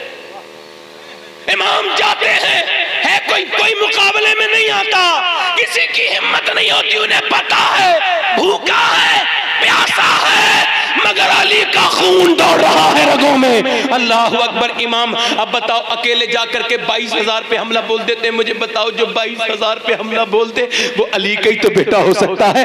22,000 पे हमला बोल देते हैं, मगर फिर कब तक मारते, कब तक काटते गए। उन्होंने तीर चलाना शुरू कर दिए। जब तलवार से न जीते तो तीर अब 100-150 तीर लगातार आने लगे। आप रोकने लगे तीरों को, मगर एक तीर आकर के जब सीने में लगा मेरे इमाम के सीने में जैसी लगा है, सीने में तो इमाम के लगा, मगर खैमे से रोने की आवाज आ गई। इमाम ने घोड़ा पलट दिया। इमाम ने घोड़ा पलटा, पूरे जिस्म पर तीर लगे हुए हैं। इमाम वापस आकर के खैमे में कह रहे हैं, ज़ैनब तुम रोई थी? भाई को करीब आके देख के कहती, हाँ भाई मैं रोई थी। मैंने सोचा कि अब करबला से मदीने तक अकेली कैसे जाऊंगी मेरे भाई। करबला से मदीने तक आपके सीने में तीर लगा तो मुझसे बर्दाश्त नहीं हुआ। वो ज़ैनब जो अपने बच्चों की लाशों को गोद में लेके अल्लाह के सामने कहती थी, अल्लाह तेरा शुक्र है तूने मेरे बच्चों को भी की कुर्बानी कबूल कर ली। आज रोती है इस वजह से अपने भाई के सीने में तीर लगने से। तो इमाम ने फरमाया, बहन ज़ैनब मैं अपना घर बचाने नहीं आया हूँ, नाना की शरीयत बचाने आया हूँ। और नाना की शरीयत यह है कि औरत की आवाज़ भी औरत है, अपनी आवाज़ बाहर मत जाने देना मेरी बहन। अभी तो सिर्फ तीर लगा है, थोड़ी देर के बाद मेरी लाश पे घोड़े दौड़ेंगे, तुझे चीखना नहीं है, चिल्लाना नहीं है। वाह हुसैन तेरी अजमत को सलाम। हम अपनी बहनों को शादियों में ये बात नहीं कह पा रहे, हम अपनी बहनों से घरों में ये बात नहीं कह पा रहे, हम अपनी बहनों से बाजारों के लिए ये बात नहीं कह पा रहे। तूने करबला के मैदान में ये बात कह दी है, अपनी बहन से पर्दे की बात करे। बहन भी कौन? 8 साल की उम्र में काफा या ऐन स्वाद की तफसीर कर रही थी सैयदा ज़ैनब का कूफे में बैठ करके। जब कूफे में तफसीर फरमाती थी, मौला अली आके पूछ लगे, ज़ैनब तूने कहां से सीखी? का आपकी तकरीरों से सीखी, मस्जिद में आप तकरीर करते हैं, मैं याद कर लेती हूँ। मौला अली रोने लगे। इमाम हसन बोले, क्यों रोते हैं अब्बा? का इस वजह से रो रहा हूँ, ज़ैनब बिल्कुल अपनी माँ की तरह है। जब हुजूर तकरीर करते थे तो तुम्हारी माँ फातिमा भी सब याद कर लेती थी, ज़ैनब भी मेरी बेटी बिल्कुल अपनी माँ की तरह है। ये कौन ज़ैनब है? अपने वक्त की सबसे बड़ी आलिमा फाजिला। इमाम कह रहे हैं, बेटी बहन रोना मत। उसके बाद इमाम वापस चले गए, जाके करबला के मैदान में मेरे इमाम पर तीर बरसे। कितने तीर आए मेरे इमाम को, अल्लाह अकबर। घोड़े से नीचे तशरीफ लाए और ला करके तयम्मुम किया। तयम्मुम काय से? खाक से। तयम्मुम खाक से होवे, लहू से गुस्ल सैयद हो, लबे दरिया प्यासों की शहादत हो तो ऐसी हो, नबी नाना अली बाबा शराफत हो तो ऐसी हो। इमाम करबला के मैदान में सजदे में सर रख के कहते हैं, ऐ मेरे मालिक मैं हुसैन इब्ने अली हूँ, मैं नाना की गोद में खेला करता था, मैं वही हुसैन हूँ जिसके लिए तू जिब्रील के जरिए कपड़े भिजवाता था, मैं वही हुसैन हूँ मेरे परवरदिगार। मैं रोता था तो तूने हिरनी का बच्चा भेज दिया था। ऐ मेरे मालिक मैं तेरी तकदीर पर राजी हूँ, मेरा बच्चे शहीद हो गए मैं राजी हूँ, मेरे औनो मोहम्मद शहीद हो गए मैं राजी हूँ, मेरा अली अकबर शहीद हो गया मैं राजी हूँ, मेरा अली असगर शहीद हो गया मैं राजी हूँ। ऐ मेरे रब मैंने मदीना छोड़ा मैं राजी हूँ, मेरी बहन प्यासी है मैं राजी हूँ, मेरी बहन भूखी है मैं राजी हूँ, मेरी सकीना भूखी है, मैं सारी बातों पर राजी हूँ। ये बता दे क्या तू भी हुसैन से राजी है? क्या तू भी मेरे रब से राजी है? इस नवासे पर अलियो, इस नवासे पर मोहम्मद मुस्तफ़ा को नाज है, ऐसे बेटे पर अली और फातिमा को नाज है। सज्जे तो सबने किए मगर तेरा जुदा अंदाज है, तूने वो सज्जे किया जिस पर खुदा को नाज है। मुझसे मेरे हुसैन का ना पूछ हौसला, मुझसे मेरे हुसैन का ना पूछ हौसला, कितने भी जख्म आए पर रोया नहीं हुसैन। और कह दो हवा से जाके अब शोर ना करे, करबला तैबा से करबला तक सोया नहीं हुसैन। मेरा इमाम शहीद हो चुका है। और उसके बाद उमर साथ ने हुक्म दे दिया, घोड़े दौड़ाओ, घोड़े लाशों पर घोड़े दौड़ रहे हैं, खैमे जला दिए गए हैं। मगर मेरी बहनों तुमसे हाथ जोड़ के कहता हूं अब मेरी गौर करो और आप सब भी गौर करो, खैमे जला दिए गए, उधर से सूरज डूबने लगा। सैयदा ज़ैनब ने फरमाया, ओ बीबियों देखो सूरज डूब रहा है और मेरा भाई अपना घर बचाने नहीं आया था, दीन बचाने आया था। अब नमाज का वक्त है, बीबियां नमाज की तैयारी में तयम्मुम करके सजदों में चली गई। ऐसी भी औरतें देखी है तुमने जिनके शौहर का सर नेज़े पर हो, जिसके भाई का सर नेज़े पर हो। ऐसी बेटी 7 साल की देखी है जिसका बाप का सर नेज़े पर हो, भाई का सर नेज़े पे हो, और वो सजदे में गिरी हुई हो और वो सजदे में इबादत करती हो। तपती हुई रेत पर इमाम की बहनें सजदे करती है। सलाम हो फातिमा के घराने पर, सलाम हो तरबियत मौलाए कायनात पर, सलाम हो फातिमा के दूध पर कि मियां दुनिया में नमाजी तो बहुत हैं और आते रहेंगे, मगर मियां ना तो इमाम हुसैन की तरह कोई नमाज पढ़ पाएगा, ना ज़ैनब की तरह कोई नमाज पढ़ पाएगा। दोनों की नमाजें अलग हैं, दोनों के तरीके अलग हैं। जरा गौर तो करो। इमाम ने करबला में ज़ैनब से कहा था, ज़ैनब बहनें तो बहुत आएंगी दुनिया में मगर तेरी तरह बहना नहीं है। बहन जब भाई मुसीबत में आता है तो बहन से छोड़ देती है, मगर तूने तो अपने दोनों बच्चे दे दिए। इमाम की बहन को आखिरी पैगाम जब पहुंचा रहा हूं सुने। इमाम की बहन को और औरतों को ऊंट पर बिठा दिया गया, नंगे ऊंट पर, और एक जालिम ने आकर के हाथ आगे बढ़ाया चादर सैयदा ज़ैनब की तरफ। मुझे बताओ, जो नबी की बेटी की चादर पे हाथ डाले वो मुसलमान का हाथ हो सकता है? वो हो ही नहीं सकता। दस्ते मुसलमान जो बिनते शहीदी के सर से उसने जाकर के हाथ आगे बढ़ाया, कहा अभी तक इनकी इज्जत सलामत है। उसने जोर से धक्का मारा। हुसैन की बहन के सर पे जब झटका आया तो आप समझ गई उसका इरादा। आपने बालों से चेहरा ढक लिया। ऐसा भी कोई करता है किसी के साथ? भूखी प्यासी हुजूर की नवासी जिनका तुम कलमा पढ़ते हो, उसके सर से चादर भी छीन ली। ज़ैनब ने बालों से चेहरे को ढका और करबला मदीने की तरफ मुंह किया, कहा ऐ मोहम्मद मुस्तफ़ा, या रसूल अल्लाह, मेरे नाना, मेरे बेटे शहीद हुए मैं बेपर्दा नहीं हुई, अब्बा शहीद हुए बेपर्दा नहीं हुई, भाई शहीद हो गया मैं बेपर्दा, मगर जब इसने मेरी चादर ही खींच ली तो मेरे पास चादर नहीं थी। बचपन में कुरान पढ़ रही थी, 6 साल की उम्र में पढ़ते पढ़ते सर से दुपट्टा गिर गया। सैयदा फातिमा ने सैयदा ज़ैनब का सर ढक दिया। सैयदा ज़ैनब ने कहा अम्मी आप मेरे सर पे दुपट्टा क्यों रखती हैं? कहा इस वजह से जो बच्ची सर पे दुपट्टा नहीं रखती उससे नाना नाराज हो जाते हैं। नाराजगी का जुमला सुना तो सैयदा ज़ैनब रोने लगी। सैयदा फातिमा ने कहा ज़ैनब चुप जा, अब तो तूने सर पे दुपट्टा रख लिया, चुप जा। नहीं चुपी। और ज़ैनब चुप जा, नहीं चुपी। और चुपी, चुप जा ज़ैनब, नहीं चुपी। सैयदा फातिमा ने सीन लगा, कहा ज़ैनब मेरी बेटी चुप जा। सैयदा ज़ैनब कहने लगी अम्मी जान नाना से कह देना इस बार, बस इस बार ज़ैनब को माफ कर दे, अगली बार गर्दन तो कटा दूंगी मगर सर पे से दुपट्टा नहीं हटाऊंगी। मगर जब दुपट्टा छीन लिया गया तो बालों से हुजूर की बारगाह में एक औरत बेपर्दा आ गई थी बगैर दुपट्टे के, बच्चे को ढूंढते ढूंढते, तो हुजूर ने फरमाया लो मेरी चादर इसके सर पे ढक दो। हजरत सलमान फारसी ने कहा हुजूर मुसलमान की बेटी नहीं है तो काफिर की बेटी है। हुजूर ने फरमाया मोमिन की बेटी ने तो क्या हुआ है, तो किसी की बेटी, तू उसका सर ढक दे, कयामत के दिन मेरा रब तेरे गुनाहों को ढक देगा। आज हम अपनी बहनों की पर्दादारी नहीं करा पा रहे। बेपर्दा औरतें हैं, चुस्त लिबास पहनने वाली बच्चियां, किससे अपनी जिंदगी का बदल। सैयदा ज़ैनब कहती है मैं मुंह फेर लूंगी बेपर्दा औरतों से। मुसलमान बच्चियों पे ध्यान दो लोगों, उन्हें सैयदा ज़ैनब के बारे में बताओ, वरना इसका वजह यह है करबला को, सैयदा फातिमा को भूल जाने वाली बच्चियां। मैंने एक साहब से कहा अपनी बेटी को जरा पर्दा उर्दा कराया करो, बेपर्दा जाती है। कहने लगे मुझे अपनी बेटी भरोसा है। मैं कहा तुम जालिम हो। किसी ने जुनैद बगदादी से कहा मुझे अपनी बेटी भरोसा है, तो आपने फरमाया जालिम तुझे अपनी बेटी भरोसा है? ये बता तेरी बेटी ज्यादा भरोसे के लायक है या अल्लाह के रसूल की बेटी ज्यादा भरोसे के लायक है? एक आदमी अपनी बेटी के सर पैरों के नीचे टोपी डाले पड़ा था और कहने लगा मेरी बिटिया मेरी इज्जत बचा ले, थाने से चल। तो वो कहने लगा चल मैं तुझे जानती भी नहीं बुड्ढे, मैं तुझे पहचानती नहीं, भाग जाए से। उसका भाई बोला बहन ये गैर मुस्लिम लड़का है, इसके पास साथ मत जा, हमारी नाक कट जाएगी। उसने कहा तू मुझसे कह रहा है, मेरे सामने तो दूसरी लड़कियों से टेलीफोन पे बात करता था, तुझे उस वक्त शर्म नहीं आती थी? तेरे घर में जमान बहन बैठी है। आपको अफसोस के साथ बता रहा हूं मगर बताना पड़ रहा है, अब तक 2014 से लेकर अब तक तकरीबन 40,000 मुसलमान लड़कियां मुर्तद हो चुकी हैं, इस्लाम छोड़ चुकी हैं, गैर मुस्लिमों के घर में जा चुकी हैं, और हम अभी मजे ले रहे हैं जिंदगी के। हमें क्या अफसोस होगा? मेरी बहन तोड़ी गई है, मगर ऐसे सोचो मेरे हुजूर का कलमा पढ़ने वाली गई है, मेरे हुजूर को कितनी तकलीफ हुई होगी। जब सीरिया के अंदर बम फटा कई हजार लोग मारे गए।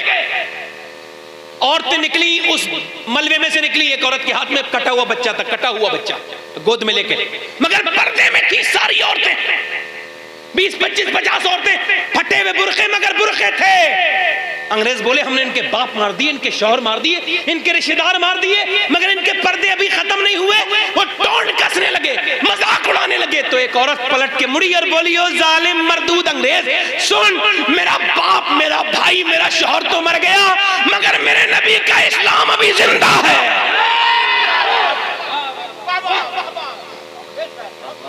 जब तक औरतें अपने बच्चों को दूध के साथ सैयदा फातिमा की मोहब्बत नहीं पिलाएंगी तो अब हुसैनी किरदार पैदा नहीं होगा।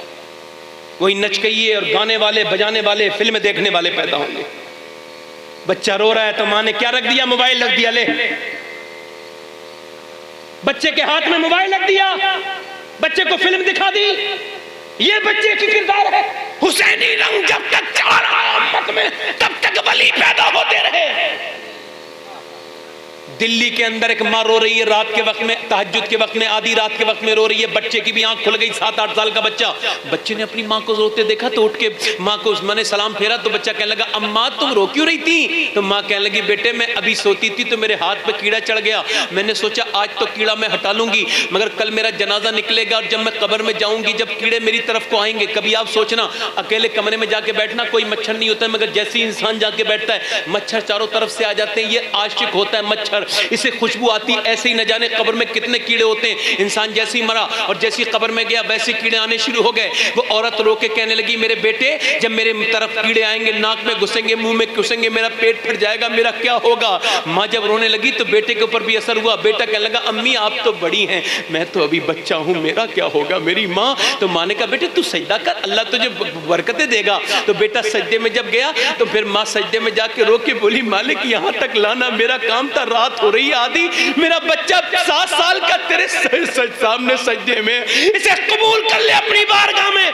माँ रोई 1 महीने 2 महीने लगातार, 20 साल तक बेटा रोता रहा और माँ का इंतकाल भी हो गया। माँ का रंग चढ़ा दुनिया में, माँ का इंतकाल हो गया। बेटे भी कुछ दिनों के बाद बेटे का भी रंग चढ़ा दुनिया पे, बेटा भी विसाल कर गया। मगर उसके बाद बादशाह बदले, हुकूमतें बदली, बड़े बड़े रंग बदले, बड़े बड़े बादशाह दुनिया में आके मिट्टी पलीत हो गए, बड़ी बड़ी मलकाएं आई, मगर वो औरत जो रात को रोती थी छुप छुप के, उसका 3 बीघा जमीन में मजार बना हुआ है। हर हफ्ते उसके मजार पे मेला लगता है।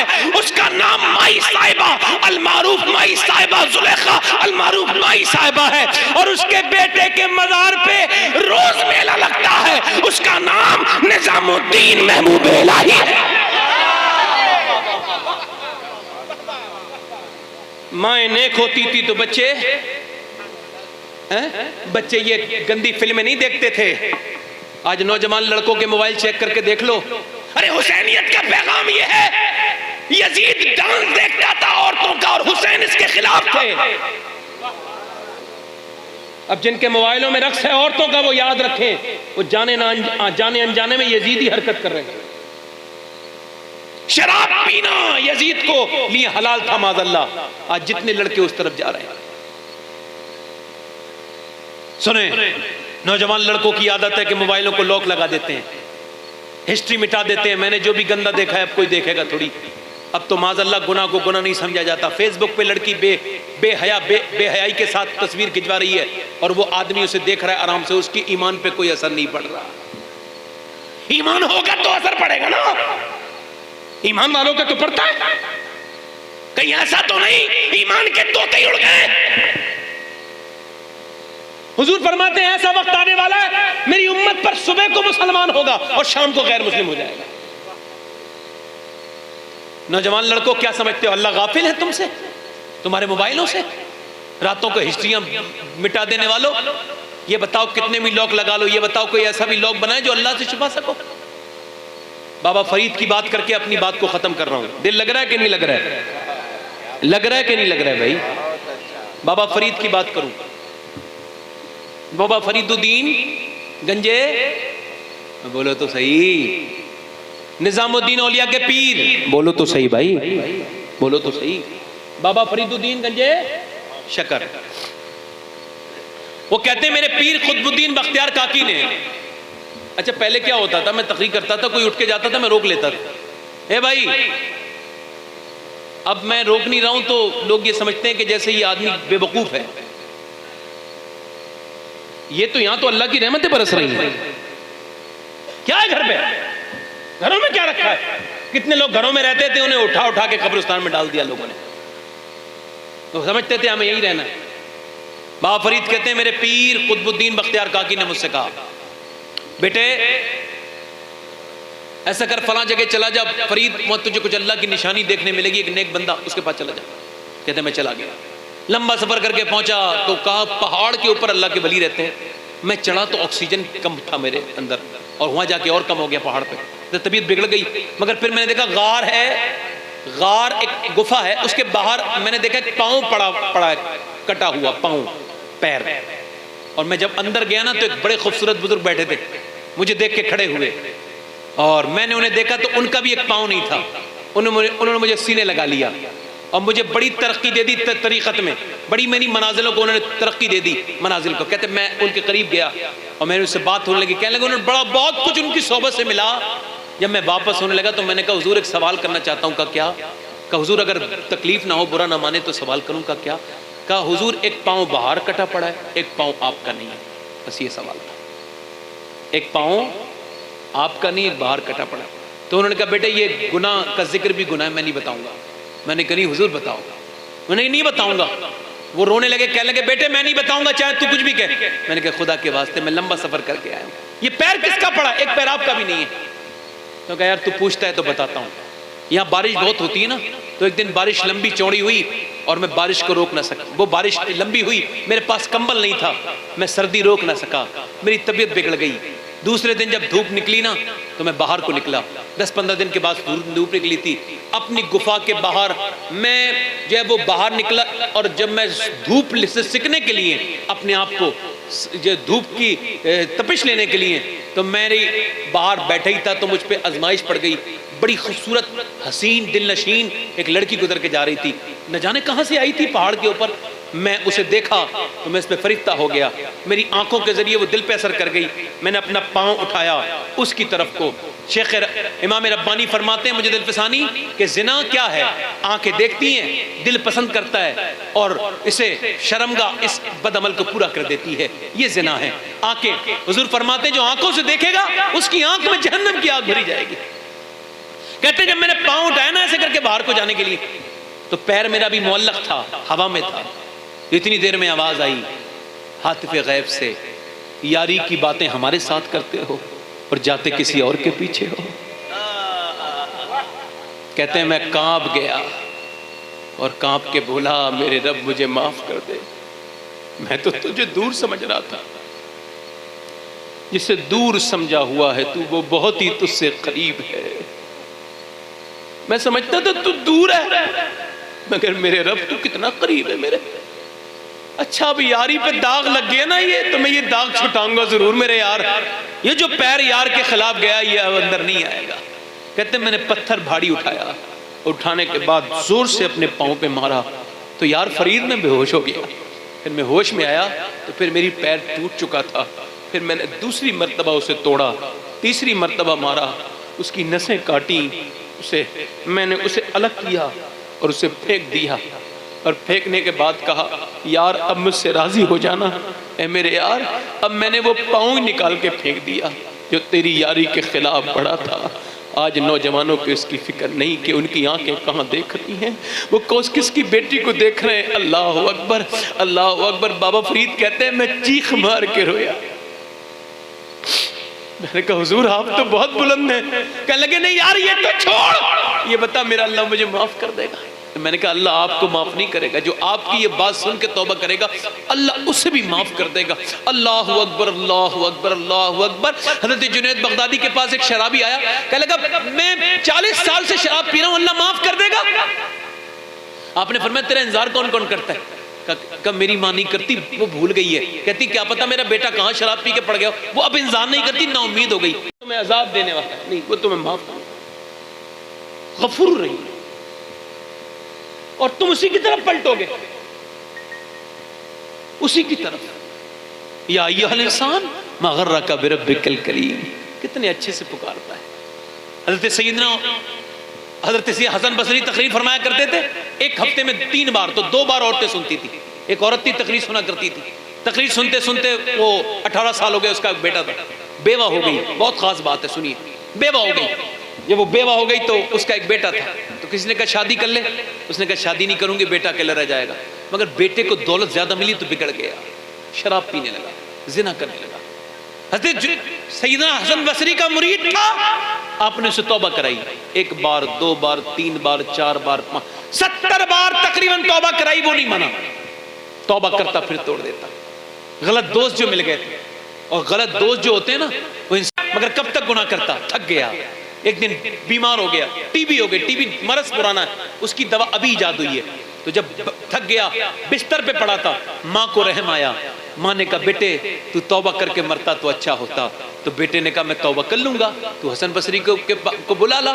इमाम हसन बसरी के पास गई, जाके बोली हुजूर मेरा बेटा तौबा करना चाहता है। तो उन्होंने कहा तेरा बेटा मेरी मजाक उड़वा चुका है पूरे शहर में, मैं उसकी तौबा को तौबा नहीं मानता। वो तौबा करता है फिर तोड़ता है, जाओ, मैं उसकी तौबा नहीं मानता। तो कहने लगी मेरे बेटे ने कहा अगर मैं मर जाऊं तो मेरी नमाज जनाजा हसन बसरी पढ़ाएं, मौला अली के खलीफा पढ़ाएं, मेरे पीर पढ़ाएं। तो कहते हैं उन्होंने कहा मैं उसकी नमाज जनाजा में नहीं पढ़ाऊंगा, वो इतना बदकार है। मैंने वापस आ गई औरत, बेटे ने कहा मेरे पीर आ गए, कहने लगा नहीं, उन्होंने मना कर दिया। कहा तूने कहा नहीं मेरे नमाज जनाजा पढ़ाओ। कहा वो कहते हैं ना तेरी तौबा पे कबूल है, ना तेरी तौबा पे उन्हें भरोसा है, और ना तेरी वो नमाज जनाजा पढ़ाएंगे। वो कहते हैं तू इतना बदकार है कि तेरी नमाज जनाजा वो नहीं पढ़ा सकते। अच्छा, तो बेटा रोने लगा, माँ से कहने लगा माँ मैं इतना गुनहगार हूँ। कहाँ? तो कहने लगा मेरी माँ, मेरी प्यारी माँ सुन, 2 बातें मेरी याद रखना, मैं मर जाऊं तो मेरा जनाजा तैयार मत करवाना, बल्कि मेरे गले में गर्दन में डाल के ना दुपट्टा अपना घसीट के ले जाके किसी जाकर के गड्ढे में डाल देना मेरी माँ। और दूसरी बात यह है कि मुसलमानों के कब्रिस्तान में दफन मत करना।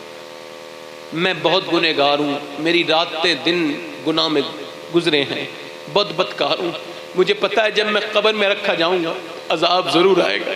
मेरी माँ, मैं नहीं चाहता किसी मुसलमान की कब्र को मेरी वजह से परेशानी हो, कोई मुर्दा परेशान हो मेरी वजह से, मुझे मुसलमानों कब्रिस्तान में दफन मत करना मेरी माँ। और देख सच्ची बात कह रहा हूँ, अगर मैं ठीक भी हो जाता ना तो मैं तौबा करके फिर कभी गुनाह नहीं करता, मगर मेरी माँ चूंकि मैं बहुत बदकार हूँ तो मुझे माफ कर देना। और देख मेरे रब से भी तू कह देना और मेरे लिए दुआएं करना। और मेरी माँ तू तो मुझे माफ करी दे। माँ के दामन पकड़ के रोने लगा, माँ भी रोने लगी, सिसकियां लेके इंतकाल कर गया।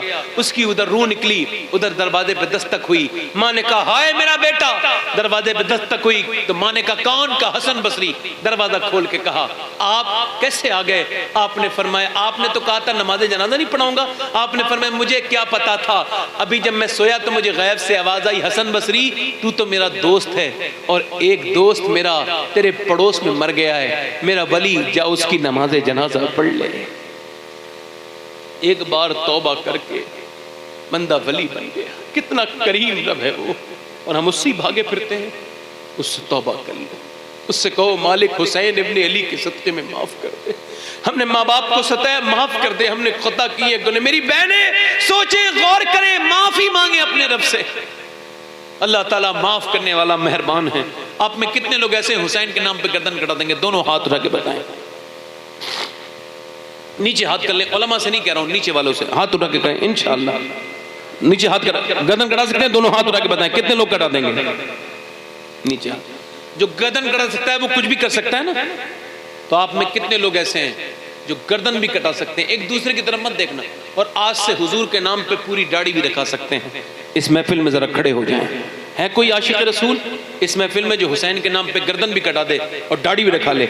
है कोई इस महफिल में? खड़े हो जाओ। जिसके दाढ़ी पहले से हो वो ना खड़ा हो। खड़े हो जाओ दाढ़ी रखाने वाले। खड़े रहो, खड़े रहो, खड़े रहो, खड़े रहना, खड़े रहना। दाढ़ी मुंडाने वाले ना समझते हैं खड़े रहना, बैठना। दाढ़ी मुंडाने वाले समझते हैं हम खूबसूरत हैं। अगर तुम्हें खूबसूरत लोग देखते हैं दाढ़ी वाले देखो, कभी अगर मौका मिले तो गुलजारे मिल्लत को चढ़ के देखना। और मियाँ बरेली से जब जनाजा निकल के जाता था ना तो गैर मुस्लिम देख के कहते थे कि जब बरेली का अख्तर रजा इतना खूबसूरत है तो फिर बगदाद के गौसे आजम कितने खूबसूरत हैं। 1 2 3 4 5 6 7 8 9 10 11 12 15 16 लोग हो गए। कोई और आशिक है जो आज से पूरी सुन्नत और 5 नमाजों की नियत करे, इस महफिल में खड़ा होकर कहे मैं हूं आशिक रसूल। 100 शहीदों का सवाब जो आज से सुन्नत रसूल रखा है। कोई आशिक रसूल और है? माशाअल्लाह। चलो जो दाढ़ी रखाने वाले हैं हाथ ऊपर कर लें, मेरे साथ कहो हम वादा करते हैं आज के बाद न दाढ़ी कटेगी न मुड़ेगी, इंशाअल्लाह पक्का वादा करते हैं अल्लाह रसूल के लिए। इमाम हुसैन की महफिल में उलमा की मौजूदगी में बैठ जाए। कितने लोग ऐसे हैं जो आज से मेरे हुजूर की आंखों की ठंडक, नमाज की शुरुआत कर देंगे, यानी आज से कोशिश शुरू कर देंगे। दोनों हाथ उठा के बताएं इंशाअल्लाह 5 वक्त की नमाज पढ़ेंगे। दोनों हाथ उठा के कहें इंशाअल्लाह। अपनी बहन बेटी को पर्दा कराएंगे इंशाअल्लाह। अल्लाह आप सबको सलामत रखे, आबाद रखे, उलमा इकराम को आबाद रखे, उलमा इकराम को आबाद। अरे नहीं अम्मा हो चुका, वो डेढ़ हो गई। नहीं कोई बात नहीं। बादे करबला यही है, हैं? कहानी सिर्फ इतनी है, यजीद था हुसैन है, यजीद था हुसैन है। करबला में हुसैन की औलाद को खत्म किया गया, मगर अल्लाह ने हुसैन की औलाद को कितना बुलंद किया।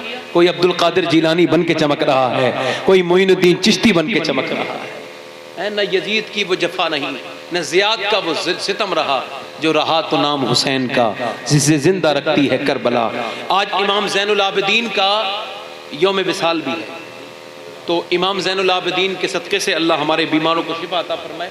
मैंने जो कि जिस तरह से मीटर बनाया था और वो उसे ख़त्म कर चुका, और मेरी कोई ख़ता हो गई है तो तौबा आप भी कर लें, मैं भी करता हूँ, उलमा इकराम से भी माफ़ी चाहता हूँ, कोई मेरी बात ख़राब लगी हो तौबा कर लें, पढ़ें अस्तग़फ़िरुल्लाह अस्तग़फ़िरुल्लाह रब्बी मिन कुल्लि ज़ंब। पढ़ लीजिए ला इलाहा इल्लल्लाह मुहम्मद रसूलुल्लाह सल्लल्लाहु तआला अलैहि वसल्लम। मेरी ज़िंदगी का मकसद तेरे दी की सरफराजी, मैं इसीलिए मुसलमान, मैं इसीलिए नमाजी। इस्लाम जिंदाबाद, मसलक आला हज़रत पाइंदाबाद। कुल ला असअलुकुम अलैहि अजरन इल्लल मवद्दत फिल क़ुरबा। सदक़ल्लाहुल अज़ीम। अस्सलामु अलैकुम व रहमतुल्लाहि तआला व बरकातहू।